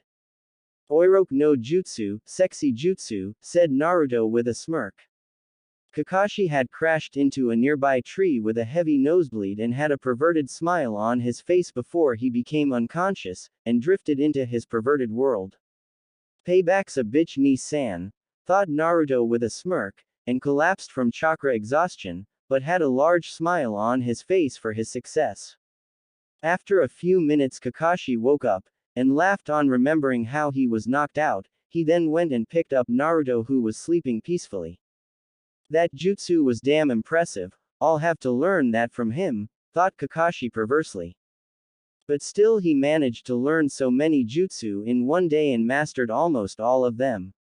Minato-sensei, you would be so proud of him. I wonder what would happen if I teach him genjutsu. He would be a force to be reckoned with in the future.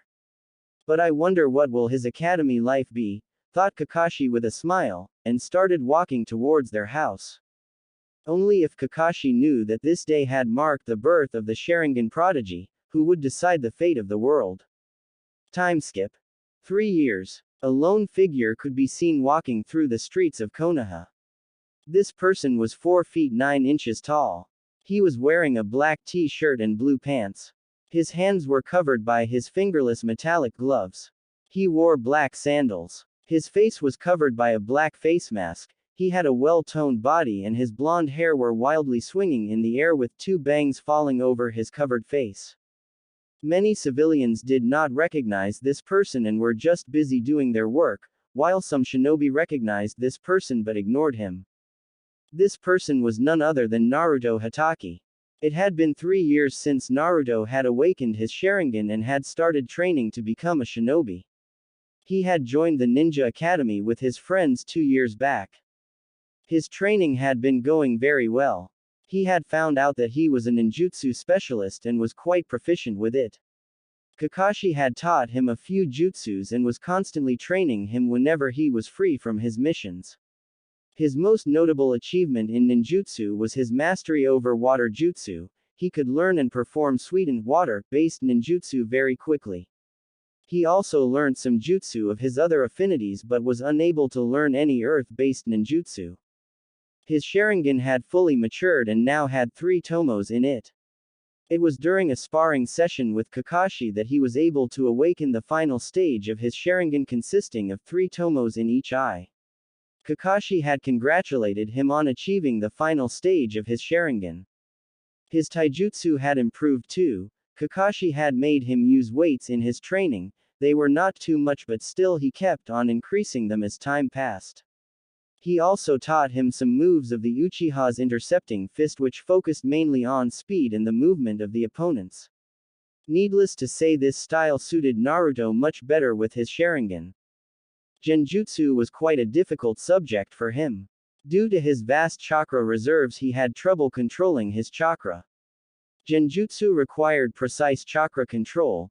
Though Naruto's chakra control had improved greatly but it was still not good enough for him to learn any genjutsu but he was able to easily dispel genjutsu due to his Sharingan which could see through illusions.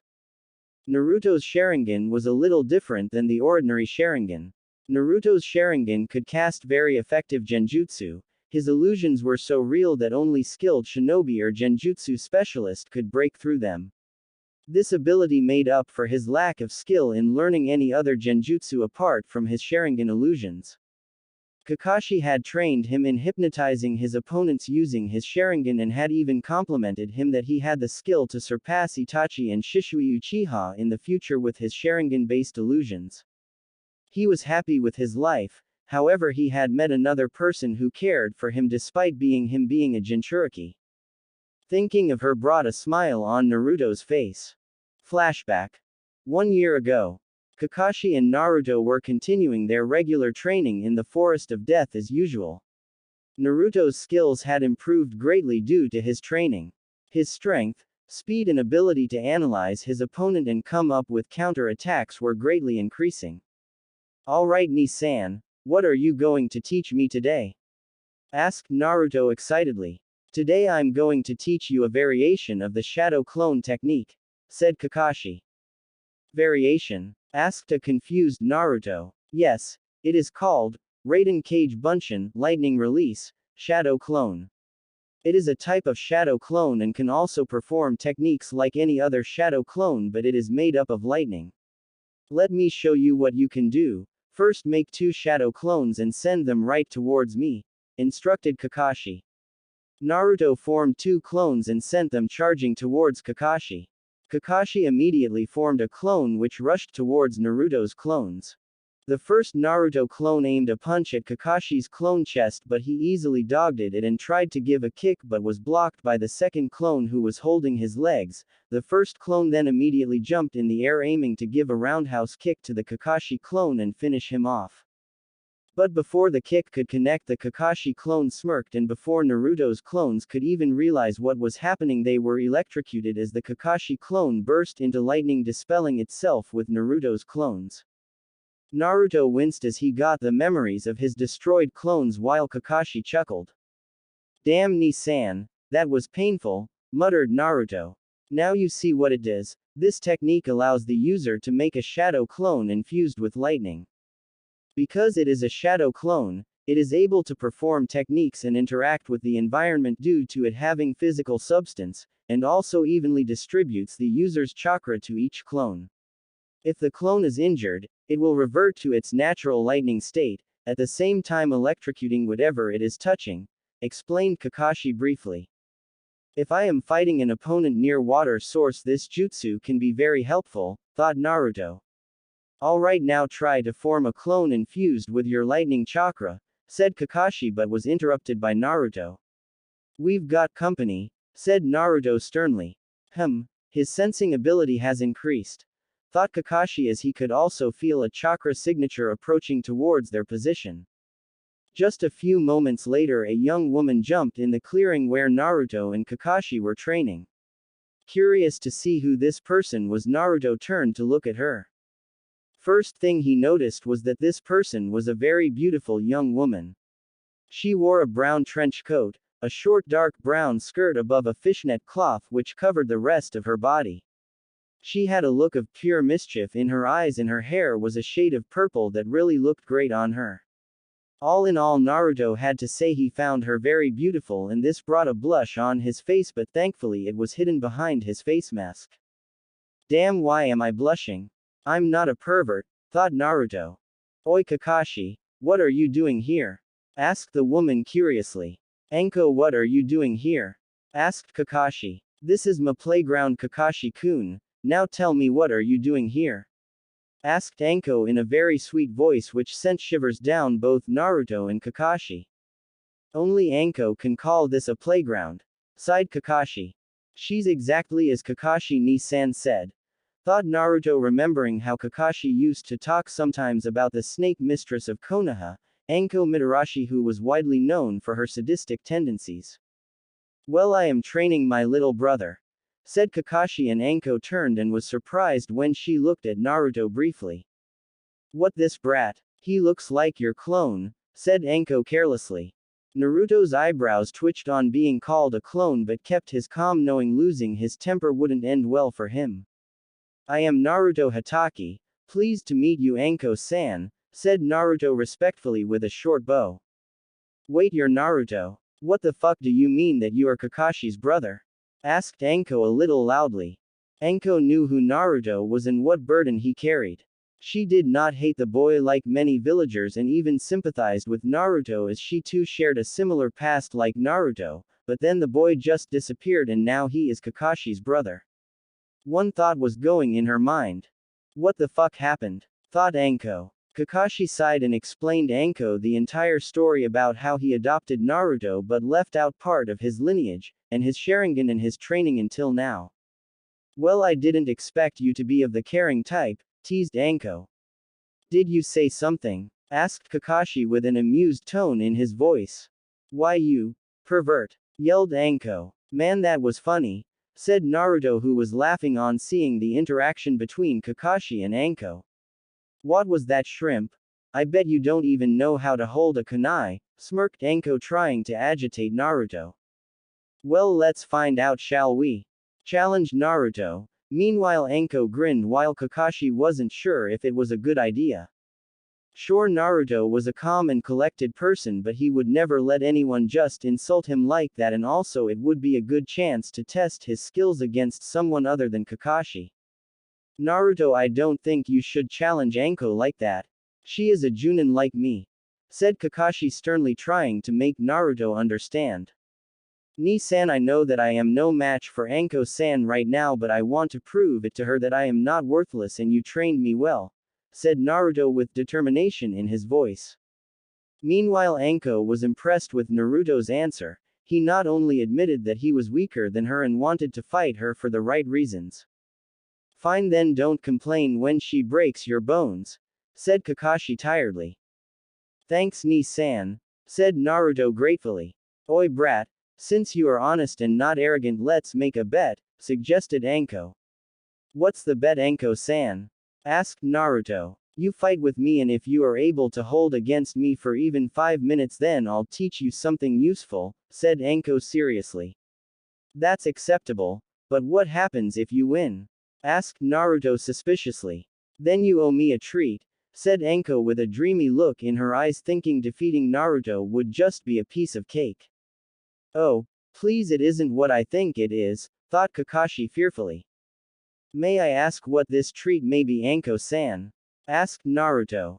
Dango. yelled Anko, pumping her fists in the air. Shit. What have I gotten myself into? Thought Naruto. Everyone in Konoha knew about Anko's fetish for dango, it was even more than Naruto's love for ramen. I told you Otutu. Well, it's your funeral, thought Kakashi. Alright, the rules are quite simple, you can use anything you want. Ninjutsu, Genjutsu, Taijutsu, all is fair. The spar will continue for 5 minutes until one gives up or loses. No serious damage is to be done to the opponent, it is a friendly spar, explained Kakashi in a monotone voice. Gee, thanks for that, Robo-Cyclops, said Anko, and even Kakashi was a little irritated by the name given to him. Naruto, come with me for a minute, said Kakashi, and walked a little away from Anko. Naruto followed Kakashi, and soon after they were a little distance away from Anko, Kakashi stopped. Naruto, you should not use any shadow clones or your Sharingan in this spar. The Sharingan I need not explain why you are not allowed to use, but for shadow clones I want to see your hand-to-hand combat skills without your clones, and it would be best to keep some of your abilities hidden. The shadow clone is a forbidden technique and I don't think it will be right to show it to Anko at this time. Do you understand? Asked Kakashi. I understand, Ni-san, and I won't let you down, said Naruto confidently. I have no doubt about that, said Kakashi proudly and patted Naruto on the back. Naruto walked up towards Anko and got into his fighting stance. Let's do this, said Anko loudly. She immediately threw a kunai towards Naruto at a very fast speed. Thinking it to be just a simple attack, Naruto just decided to duck from the kunai's attack, but was surprised when Anko appeared before him in an instant and punched him hard in the face, sending him crashing towards a few feet away. Damn, the kunai was just a diversion which she used to distract my attention and sneaked up on me so quickly. She's fast, thought Naruto, wiping some blood coming from his nose. Had enough, Gaki? Teased Anko. I am just getting started, said Naruto with an evil smile. Huh, he's got no skills and he's cocky, thought Anko overconfidently. She then rushed towards Naruto, intending to finish the spar, and attempted to send a right cross into his cheek.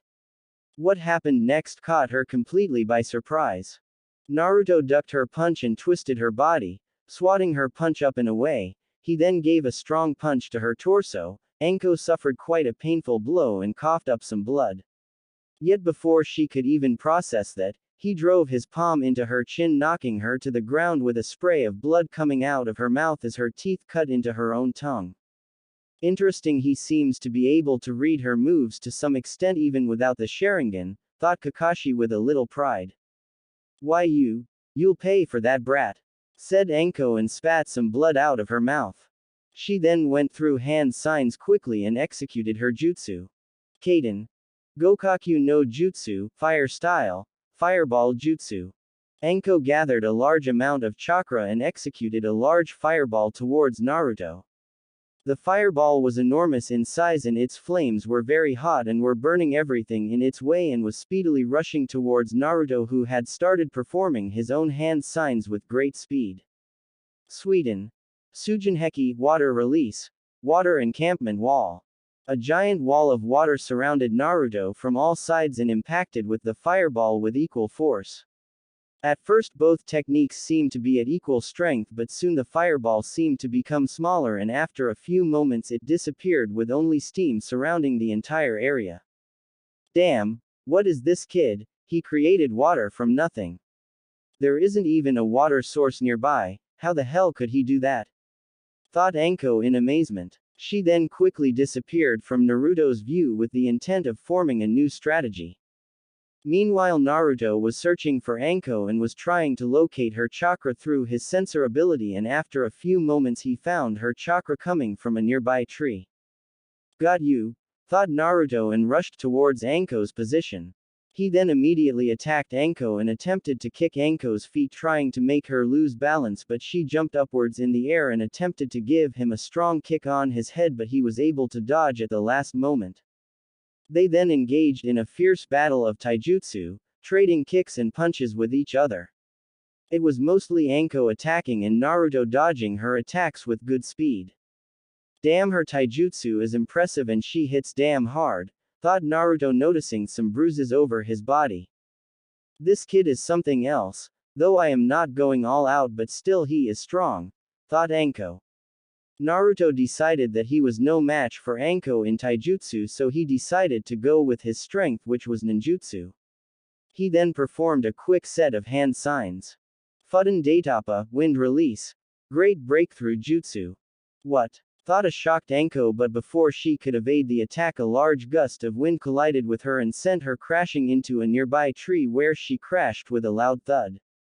Deciding not to give Anko any more time, Naruto performed another set of hand signs and gathered a large amount of chakra in his lungs. Kaden. Gokaku no Jutsu, Fire Style, Fireball Jutsu. A large fireball rushed towards Anko and engulfed her in flames and burned everything surrounding her position to ashes. Maybe I overdid it a little, thought Naruto tiredly, but just as he was able to call Kakashi, he heard something from behind his position. Tsunagishu, hidden shadow snake hands. Before Naruto could even blink, his entire body was entangled by a group of snakes and he crashed on the ground with the snakes holding him tightly on the spot. He looked back at where his fireball had hit only to see a burnt wooden log in his place. Damn, a substitution. You idiot, thought Naruto angrily. He looked back to see Anko standing behind him with a smirk on her face. Although her clothes were burnt badly, while there were some light bruises on her hands and knees indicating that she barely avoided the attack. Impressive, Gaki. You were able to hold up against me for this long and you even made me use my snakes. I'll admit you've got skill, but it's over. If you move, my snakes will love to get a bite from you and they are very poisonous, said Anko in a very sickly sweet voice. Alright, I forfeit, said Naruto dejectedly. Now Naruto, can you tell me why was Anko able to defeat you? Asked Kakashi. Because I was weak, suggested Naruto.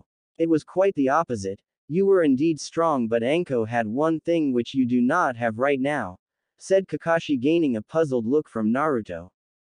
That's experience, Gaki. I have fought with many shinobi during my career and as a result I was able to estimate your strategy, your fighting skills, and was able to counter it. No matter how much a person trains, he still needs to have real experience, and that comes from missions. Don't worry, you'll improve, said Anko. But I still lost, said Naruto tiredly as he still was unable to accept his defeat. Don't be so down, you performed quite impressive for someone your age. Always remember this: if your opponent is stronger than you and victory does not seem possible, then it is a good choice to accept defeat. Do not let your pride get in your way, it has led to the downfall of many shinobi. Sometimes to win you must lose, explained Anko, and removed her snakes and offered her hand to Naruto to make him stand, which he gratefully accepted. That was indeed a good spar. You were able to hold against Anko for 4 minutes, that's more than I expected. I'm proud of you, said Kakashi with pride in his voice. I understand and thank you, Ni-san, Anko-san, for explaining this to me, said Naruto respectfully. Now Kakashi, how does he know such jutsus, and what the hell did you teach this boy? Don't you think he is too young to learn this much at his age? Argued Anko, thinking Kakashi was trying to make Naruto more stronger than required for his age. Now Anko, I understand your point, but Naruto has some enemies in the village who have tried to harm him in the past, so Hokage-sama had ordered me to teach him so that he could protect himself. Surely you understand that, don't you? Asked Kakashi, and Anko nodded. But how can he perform jutsu of 3 different affinity, and how in the hell does he have such high water affinity? Asked Anko curiously, as she was truly impressed with Naruto's abilities. Kakashi then explained Naruto having 4 affinities and the training he has gone through till now. Anko whistled on hearing this. You are indeed interesting, Gaki. Well, as you performed so well and are not arrogant about your ability, I'll teach you a thing or two, said Anko, shocking both Kakashi and Anko. Kakashi was shocked. Beketsu Anko was never interested in teaching anything to anyone. After Orochimaru left the village and betrayed Anko, she shut herself down and never trusted anyone else like before except from her best friend. Kakashi was also a friend of Anko and knew of her pain, and for her to be willing to teach Naruto was quite astonishing. But I lost the bet, why do you want to teach me? Asked a confused Naruto. Well, you and I are a lot alike and you have got talent, so I just think I'll teach you a thing or two, but you owe me a lot of dango for this, and stop calling me Anko-san, I am not a person for much honorifics, said Anko with a genuine smile. In truth, she cared for Naruto but was just unable to express it, and so this was her chance and she decided to take it. Thanks Anko-chan, said Naruto with a true smile. Anko-chan, huh? You have good taste, Gaki.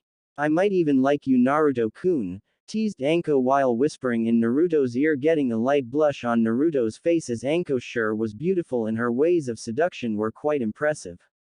Meanwhile, Kakashi was giggling on seeing the entire scene between Anko and Naruto, but in truth he knew that Anko was just teasing Naruto. Now you do owe me some dango. Don't you? Asked Anko menacingly with a dark aura in her voice, and Naruto nodded immediately. Of course, Anko-chan, Kakashi ni-san would like to come with us. Asked Naruto pleadingly, hoping Kakashi would come to pay for Anko's huge dango bill. Oh, you are not getting me this time, Naruto, thought Kakashi mischievously. Sorry Otutu, I have got some work with Hokage-sama, see you later, said Kakashi and disappeared in a puff of smoke before Naruto could retort. Naruto turned around to find Anko impatiently tapping her feet on the ground. Damn you, Ni-san, you cheeky bastard, thought Naruto with anime tears dropping from his eyes on losing his precious pocket money. Flashback end. Needless to say, Naruto got along very well with Anko. She was able to get him to open up and not remain secluded from others. She was like his elder sister who always guided him. Even Kakashi and Anko became better friends. At first Naruto thought that Anko was a hard person who just didn't care about anything, but after he came to know about Anko's life, he found one person to whom he could somewhat relate to. A person who could somewhat understand him. She also introduced him to some food other than ramen. He once criticized that dango was not better than ramen, and let's just say it didn't end well for him. Anko was true to her words and decided to give some training in taijutsu to Naruto. She was training him with some moves of the hubby style which she was quite adept with. Under Anko's guidance, Naruto found out that his taijutsu needed a lot of work and he had not paid equal attention to taijutsu as he did with ninjutsu and genjutsu. So for the majority of the past year he trained with Anko and was still training with her to improve his taijutsu. Kakashi also occasionally trained him in ninjutsu, but the main focus was on taijutsu. Anko's training regime was brutal to say in the least, and every day Naruto would end up bruised and battered from wounds from sparring with Anko, but it was a great experience and he was learning something very useful, so he didn't mind much. He still hadn't told Anko about his Sharingan. It was not that he didn't trust her, instead she was a precious person to him, but he still didn't know if telling her the truth would change her views about him. Kakashi had advised him to wait for the right time and then explain it to her. Naruto was so engrossed in his thoughts that he didn't notice that he had arrived at the academy and was already a few minutes late for his class. He went towards his class and knocked on the door. "Come in," said a voice from inside the class. Naruto entered the class and found his teacher Iruka Yumino staring at him. Iruka was a man of average height and build. He had black hair which he kept tied in a ponytail. He had dark eyes and a scar that run across the bridge of his nose. He wore the standard Konoha Chunin vest with a headband on wrapped around his forehead. Iruka was a very kind-hearted man who cared for all of his students. At first he was indifferent towards Naruto, but with passage of time he came to realize that Naruto was not the fox, instead he was a very kind-hearted boy who loved his friends. After that he opened up to Naruto and now they were good friends, or siblings if one could say. "Naruto, why are you late by 20 minutes? Asked Iruka sternly. Even though Naruto was special to him, he never showed favoritism to any one student. "Sorry Iruka-sensei, I was training yesterday and got very tired, so I was not able to arrive on time in class. It won't happen again," said Naruto honestly. Unlike Kakashi, he didn't like making lame excuses for his mistakes and admitted it. Iruka sighed and told him to sit in the class but not without giving him a warning. Naruto liked the academy as it was where he was able to spend more time with his friends, but he hated the academy's training, which was entirely lame. The things which they were teaching the students to be genin would never help them get strong and survive in the shinobi world. But the worst part of the academy was fangirls. Most of the girls who wanted to be kunoichi were obsessed with boys and believed in fairy tales where they would be saved by their prince, while many boys considered themselves to be god and just wanted to show off. These were not the traits of a shinobi. A shinobi is a person who operates from the shadows and do not seek glory. They have complete control over their emotions and do whatever it takes to fulfill their mission. This was what Kakashi and Anko had taught him, but the academy was completely different. As a result, Naruto did not show off his skills in the academy like some other students. Instead, he opted to be an average student who had less skills. He was indeed the most powerful among his comrades, but he lived a life of deception because in the real world names, titles and ranks meant nothing. Even the strongest shinobi could be defeated by an opponent much weaker than them. Snapping out of his thoughts, Naruto went up to take his seat beside Kiba and Hinata.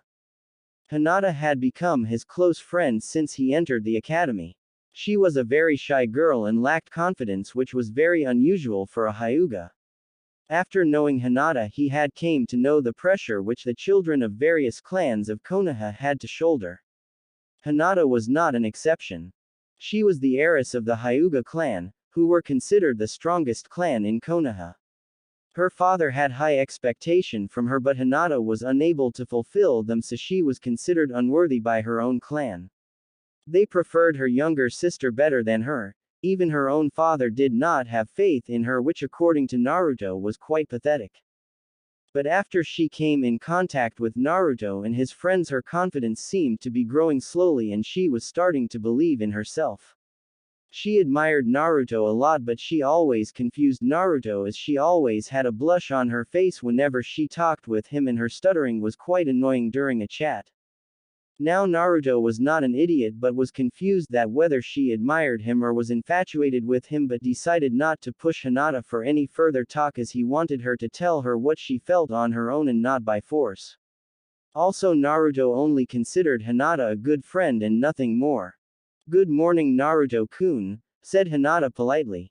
"Good morning, Hinata-chan. Oi mut, wake up," said Naruto and bonked Kiba on the head, waking him from his sleep. "What the hell, Naruto? Why'd you hit me?" asked Kiba in a sleepy tone. "Why are you sleeping so early in the morning, idiot?" said Naruto with a smirk. 3, 2, 1. Now, thought Naruto. Man, Iruka-sensei's lessons are so boring. "So I was taking a nap," said Kiba loudly, and Akamaru barked in agreement. This brought different reactions. The entire class laughed while Iruka was furious. "Kiba Inuzuka, for that you shall write about the history of Konoha 50 times," yelled Iruka. Kiba paled on hearing that. The history of Konoha was not something a person would want to write 50 times. "Iruka-sensei, I was not alone, even Shikamaru was sleeping," pleaded Kiba, hoping to get out of this situation. "Troublesome, I was not sleeping, Kiba," said Shikamaru quickly but yawned immediately after saying that. The class had a hearty laugh as Shikamaru was caught too. Naruto and the others watched with amusement as Iruka scolded both Kiba and Shikamaru for sleeping in the class. After a long lecture which lasted for many minutes and some apologies from Kiba and Shikamaru, Iruka let them go. Iruka took a few deep breaths to calm himself down in order to continue teaching the students. "All right, now we shall," said Iruka, but was stopped in his speech as the bell rang signaling the end of the class.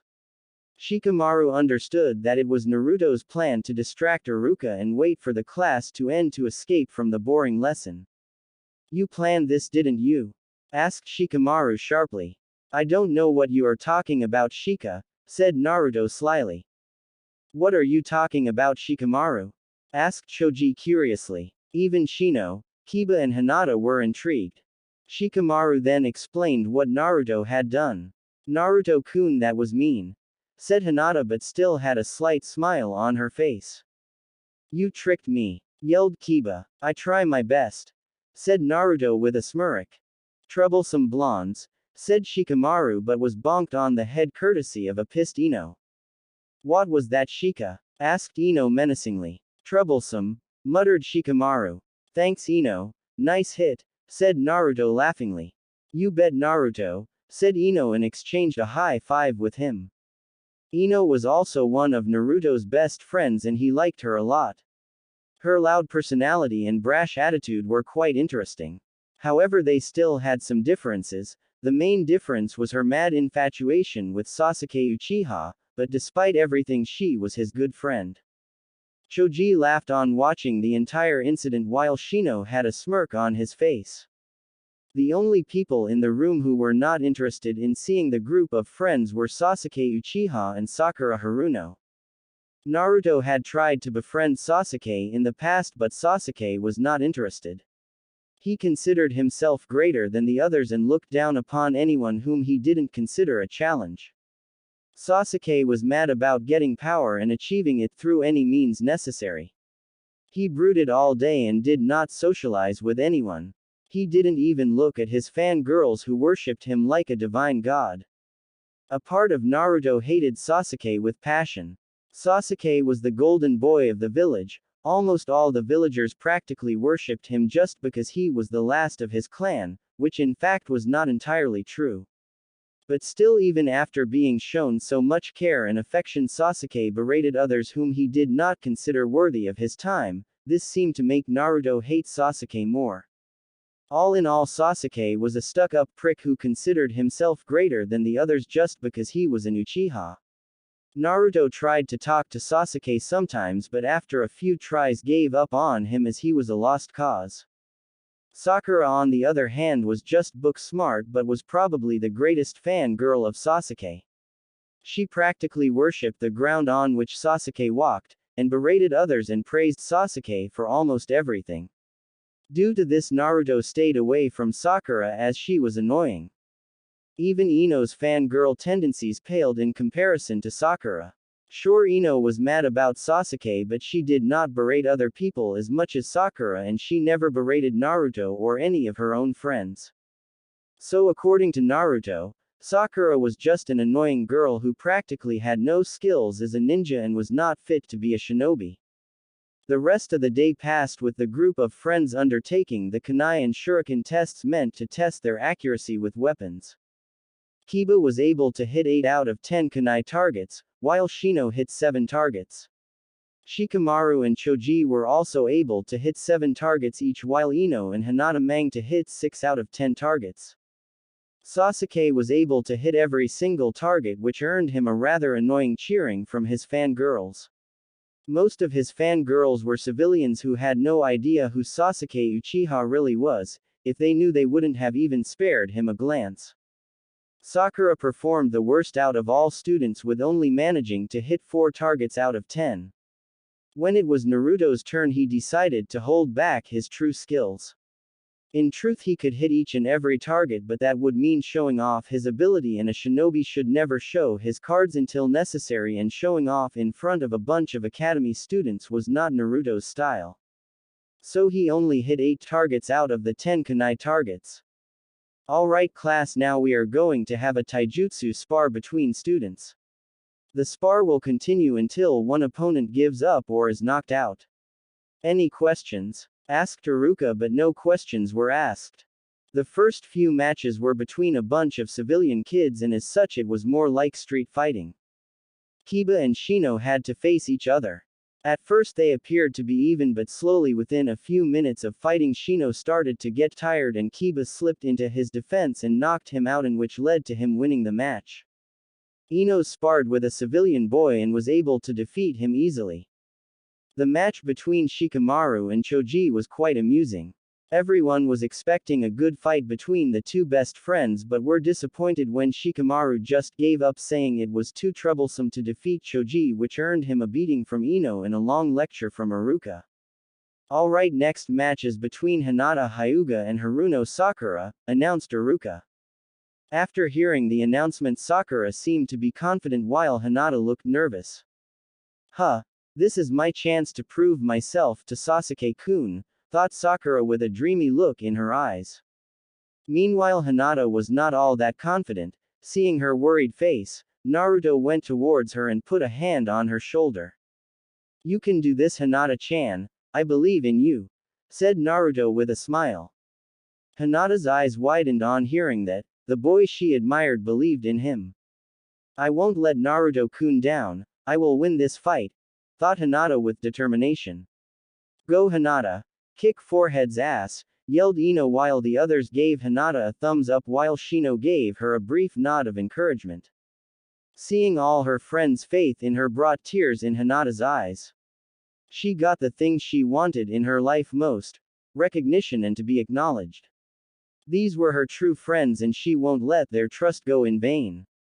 Iruka signaled the start of the match. Sakura rushed towards Hinata blindly and attempted to give a kick at Hinata's face. Hinata easily caught Sakura's leg and with a quick motion gave a punch to Sakura's chest, and then she quickly gave a leg sweep to Sakura's right leg, making her lose balance and fall on the ground. She then gave a quick series of gentle fist punches and sealed a majority of Sakura's tenketsu. The entire crowd of students were shocked on seeing Hinata's fierce battle. Every time Hinata had a spar with someone, she would lack confidence and would make a mistake and lose easily, but this time she was fighting as if she was a true shinobi. Naruto smiled on seeing Hinata's fight. He knew Hinata wanted to be acknowledged and for people to believe in her. And who be better than her friends, so he just did what was best for his friend and the others did the same. Sakura found herself in a new world of pain. She had expected to win against Hinata as she considered her weak, but was surprised when she was defeated so easily and was beaten mercilessly by a girl who everyone thought is weak. Sakura-san, I have sealed of your tenketsu. I would advise you to quit as you are unable to fight, said Hinata with a polite yet stern tone in her voice.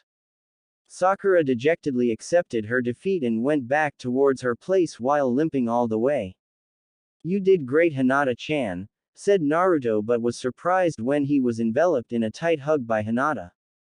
Thank you for believing in me, Naruto-kun, thank you everyone, said Hinata happily. Way to go, Hinata, yelled Kiba with Akamaru barking in agreement. All the others congratulated Hinata, with Ino being the loudest person to praise her for defeating Sakura. Iruka smiled on seeing the entire interaction between his students. It seems I was wrong about you, Naruto. Hokage-sama was right, the will of fire burns brightly in all of you, thought Iruka proudly. Alright, today's last match is between Naruto Hatake and Sasuke Uchiha, announced Iruka. The entire crowd went silent but soon erupted into a cheering for Sasuke, the most coming from Sakura. Oi Naruto, kick that Tem's ass, said Kiba. Good luck Naruto-kun, said Hinata with a warm smile. Troublesome, I know you'll win, said Shikamaru while Choji and Shino nodded. Naruto. Good luck. But please don't hurt Sasuke-kun, said Ino in a low voice so that no one else could hear. I understand, Ino-chan, and thank you, said Naruto with a kind smile. Ino blinked in surprise on hearing being called Chan, and got a blush on her face. Well, he's not that bad, thought Ino with a blush. Naruto and Sasuke stood in front of each other waiting for Iruka's signal to start the spar. Naruto seemed to be stoic as ever, his emotions being hidden behind his mask, while Sasuke seemed to be confident of himself. Iruka gave the signal indicating the start of the spar, but even after a few moments Naruto hadn't moved from his position and was standing with his hands in his pockets as if he was mocking Sasuke. What's the matter, Dobi? You scared of facing me? Asked Sasuke in a mocking tone. Naruto gave no reaction and stood stoically in front of Sasuke. Kakashi had taught him that the best way to win a fight was to make sure your opponent gets distracted.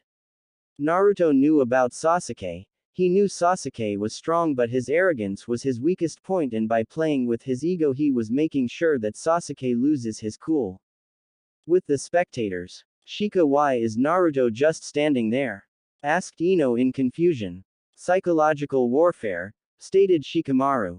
What? Asked Ino even more confusedly. All the others were also interested in hearing Shikamaru's answer. Troublesome blondes. Naruto likes to plays with his opponent's emotions rather than charge in head-on. I noticed this while we played shogi, said Shikamaru. As if he could defeat my Sasuke-kun with such cheap trick. Screeched Sakura. Everyone winced on hearing her voice. Even Ino, who was fond of Sasuke, was annoyed by Sakura's madness. But do you think Naruto would be able to defeat Sasuke? Asked Choji. Naruto is a way more powerful than he lets on, said Shino for the first time. How so? Asked Kiba. You'll see. Besides, it's too troublesome to explain, said Shikamaru.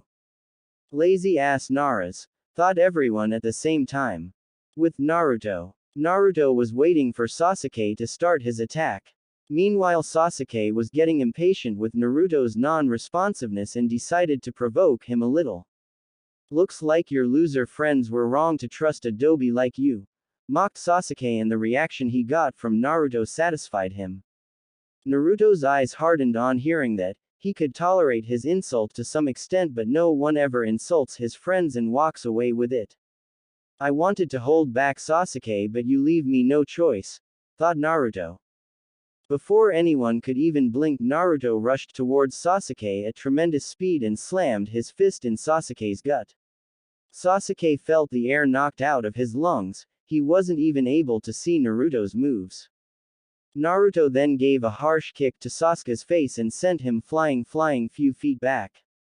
All the people watching the fight were stunned to see the best student in the class being beaten like a dog, and it seemed that Naruto wasn't even trying. Naruto baka. Stop trying to cheat and hurt Sasuke-kun, screeched Sakura in Sasuke's favor. Everybody just wondered how stupid could she be. Kill her. Make her feel pain, said a voice inside Naruto's mind, shocking him. Naruto realized that it must have been the Kyuubi, but now was not the time to think about it. Sakura. Shut up, you're annoying, said Naruto in an icy tone, sending shivers up everyone watching the fight. Sakura was frozen with fear as Naruto's cold blue eyes looked at her. His small killing intent was making things worse for her. Is this your power, Naruto? Thought all his friends and Iruka in unison. Don't forget about me, yelled Sasuke angrily and attempted to send a right hook towards Naruto. With great speed, Naruto sidestepped from Sasuke's attack. He then grabbed Sasuke's arm and twisted it, making Sasuke wince in pain. Looks like Anko's training paid off, thought Naruto with a smirk. Shinobi Rule 25. A ninja must always keep his emotions in check. If emotions are not controlled, they will lead to your downfall, Sasuke, said Naruto mockingly with a mild laugh. Sasuke yanked his arm away from Naruto. He then tried to give a leg sweep to Naruto, but Naruto back flipped away gracefully. Why do you hesitate? You're pathetic, said the voice again from Naruto's mind. Shut up, you damn fox, yelled Naruto in his mind. Sasuke and Naruto then engaged with each other in fierce taijutsu battle for the next few minutes. Sasuke was giving everything he got, but Naruto was just avoiding his attacks like a snake. It was as if he had no bones in his body. The entire class as well as Iruka was stunned on seeing what was happening. The best student in the class, who was considered a prodigy of his generation, was being demolished by Naruto. You're weak. Doesn't he make your blood boil? Answer me, yelled the voice again. Naruto was getting frustrated. For the last few minutes he was fighting Sasuke and the fox was annoying him a lot, trying to make him more angry. Yes, now shut up, yelled Naruto. You will bow before me, you insolent brat. Now watch my power, said the voice. Naruto was trying his best to control his anger. He was feeling a surge of power through his body. Every fiber in his body was itching to kill Sasuke. It was like the fox's bloodlust was affecting him. You listen to me, you damn fox. I won't let you control me. Now go back to where you came from, yelled Naruto with determination. Fool. Soon, very soon you will fall, said the voice with malice in its voice. Sasuke jumped in and tried to give a hard kick on Naruto's head, but Naruto brought both his hands up and blocked his attack. He then grabbed Sasuke's leg and swinged him in the air and threw him to the ground like a rag doll. Why am I so weak? Thought Sasuke, noticing the bruise all over his body. Is that all? Asked Naruto angrily. Everyone was startled by this new Naruto. Gone was the kind boy, in his place was an entire new person. You are weak. You overestimate your own ability without having any idea of my own. You consider yourself superior than the others just because you are an Uchiha. You are pathetic, Sasuke, and you do not have strength, nor do you know the meaning of true strength, said Naruto in a demonic voice and kicked Sasuke in his jewels. Every male winced on seeing the kick connect with Sasuke, jewels. Every person was frightened of this new Naruto who had an evil aura coming from his body. Some kids had already fallen unconscious while the others were barely staying awake.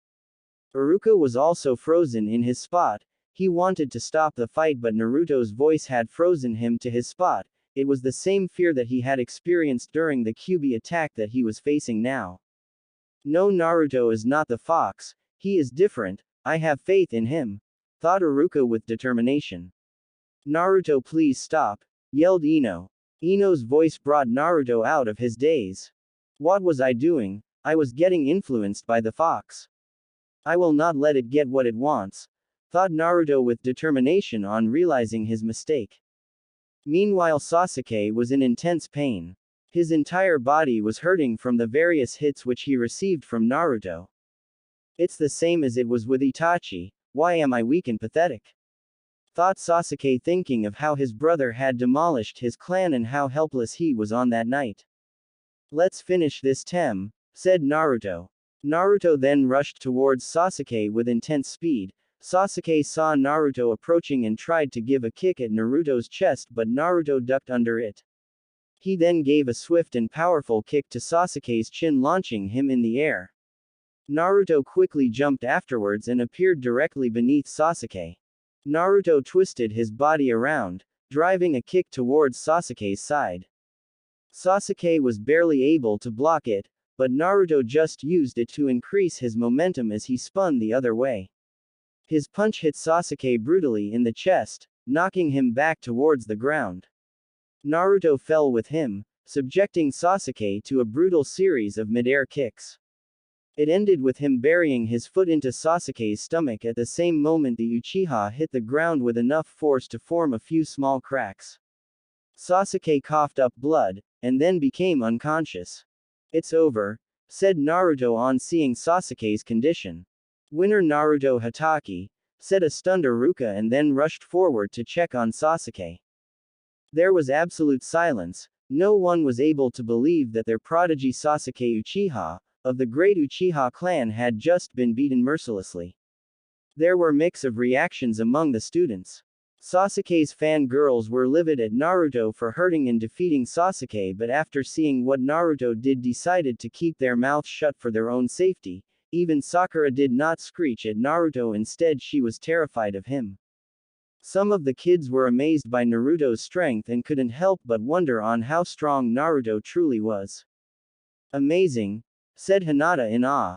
Way to go, Naruto. Nice work on kicking that Tem's ass, yelled Kiba, punching his fist in the air, which was followed by a cheerful bark from Akamaru. Troublesome, muttered Shikamaru, but had a small smile on his face. How much were you holding back, Naruto? Thought Shikamaru. Naruto felt a little bad on hitting Sasuke so badly, but then he remembered what Sasuke had said and came to the conclusion that Sasuke deserved it. He then saw the reactions of his friends and saw fear, pride, doubts, worry etched on their faces. I need to calm down myself, thought Naruto. He then went towards his friends, Ino specifically. He remembered Ino had asked him not to injure Sasuke badly, but he injured Sasuke and felt as if he hurt Ino even though Sasuke deserved what he got. I'm sorry, Ino, I hurt Sasuke, said Naruto regretfully. He was expecting a slap, cursing from Ino, but what happened next shocked him. Ino enveloped in a tight hug and had a few tears in her eyes. It's all right, I heard what Sasuke said, it's not your fault, said Ino and embraced Naruto tightly. Thanks, Ino-chan, said Naruto and returned the hug. He felt relieved on hearing that Ino didn't blame him or hate him for beating Sasuke. Troublesome blondes, muttered Shikamaru with a smirk. Oi Ino, you sure you like Sasuke? It looks like you like Naruto a lot more than Sasuke, teased Kiba. Shut up dog breath, yelled Ino and bonked Kiba, but she had a light blush on her face. Naruto, you performed well, said Shino, and Naruto nodded. Guys, thank you for having faith in me. Now I have some work to do, I'll see you guys later, said Naruto and immediately ran off without waiting for any reply from his friends. I need to talk to Kakashi, Ni-san and Gigi, thought Naruto and rushed towards the Hokage tower. Everyone just wondered what Naruto really was, he was an enigma to them. At one moment he's a kind and caring person, and the other moment he was a ruthless person who destroyed his enemies. One thing was made clear, that Naruto was not what he seemed and was a lot more powerful than he showed. And there was something dark in Naruto.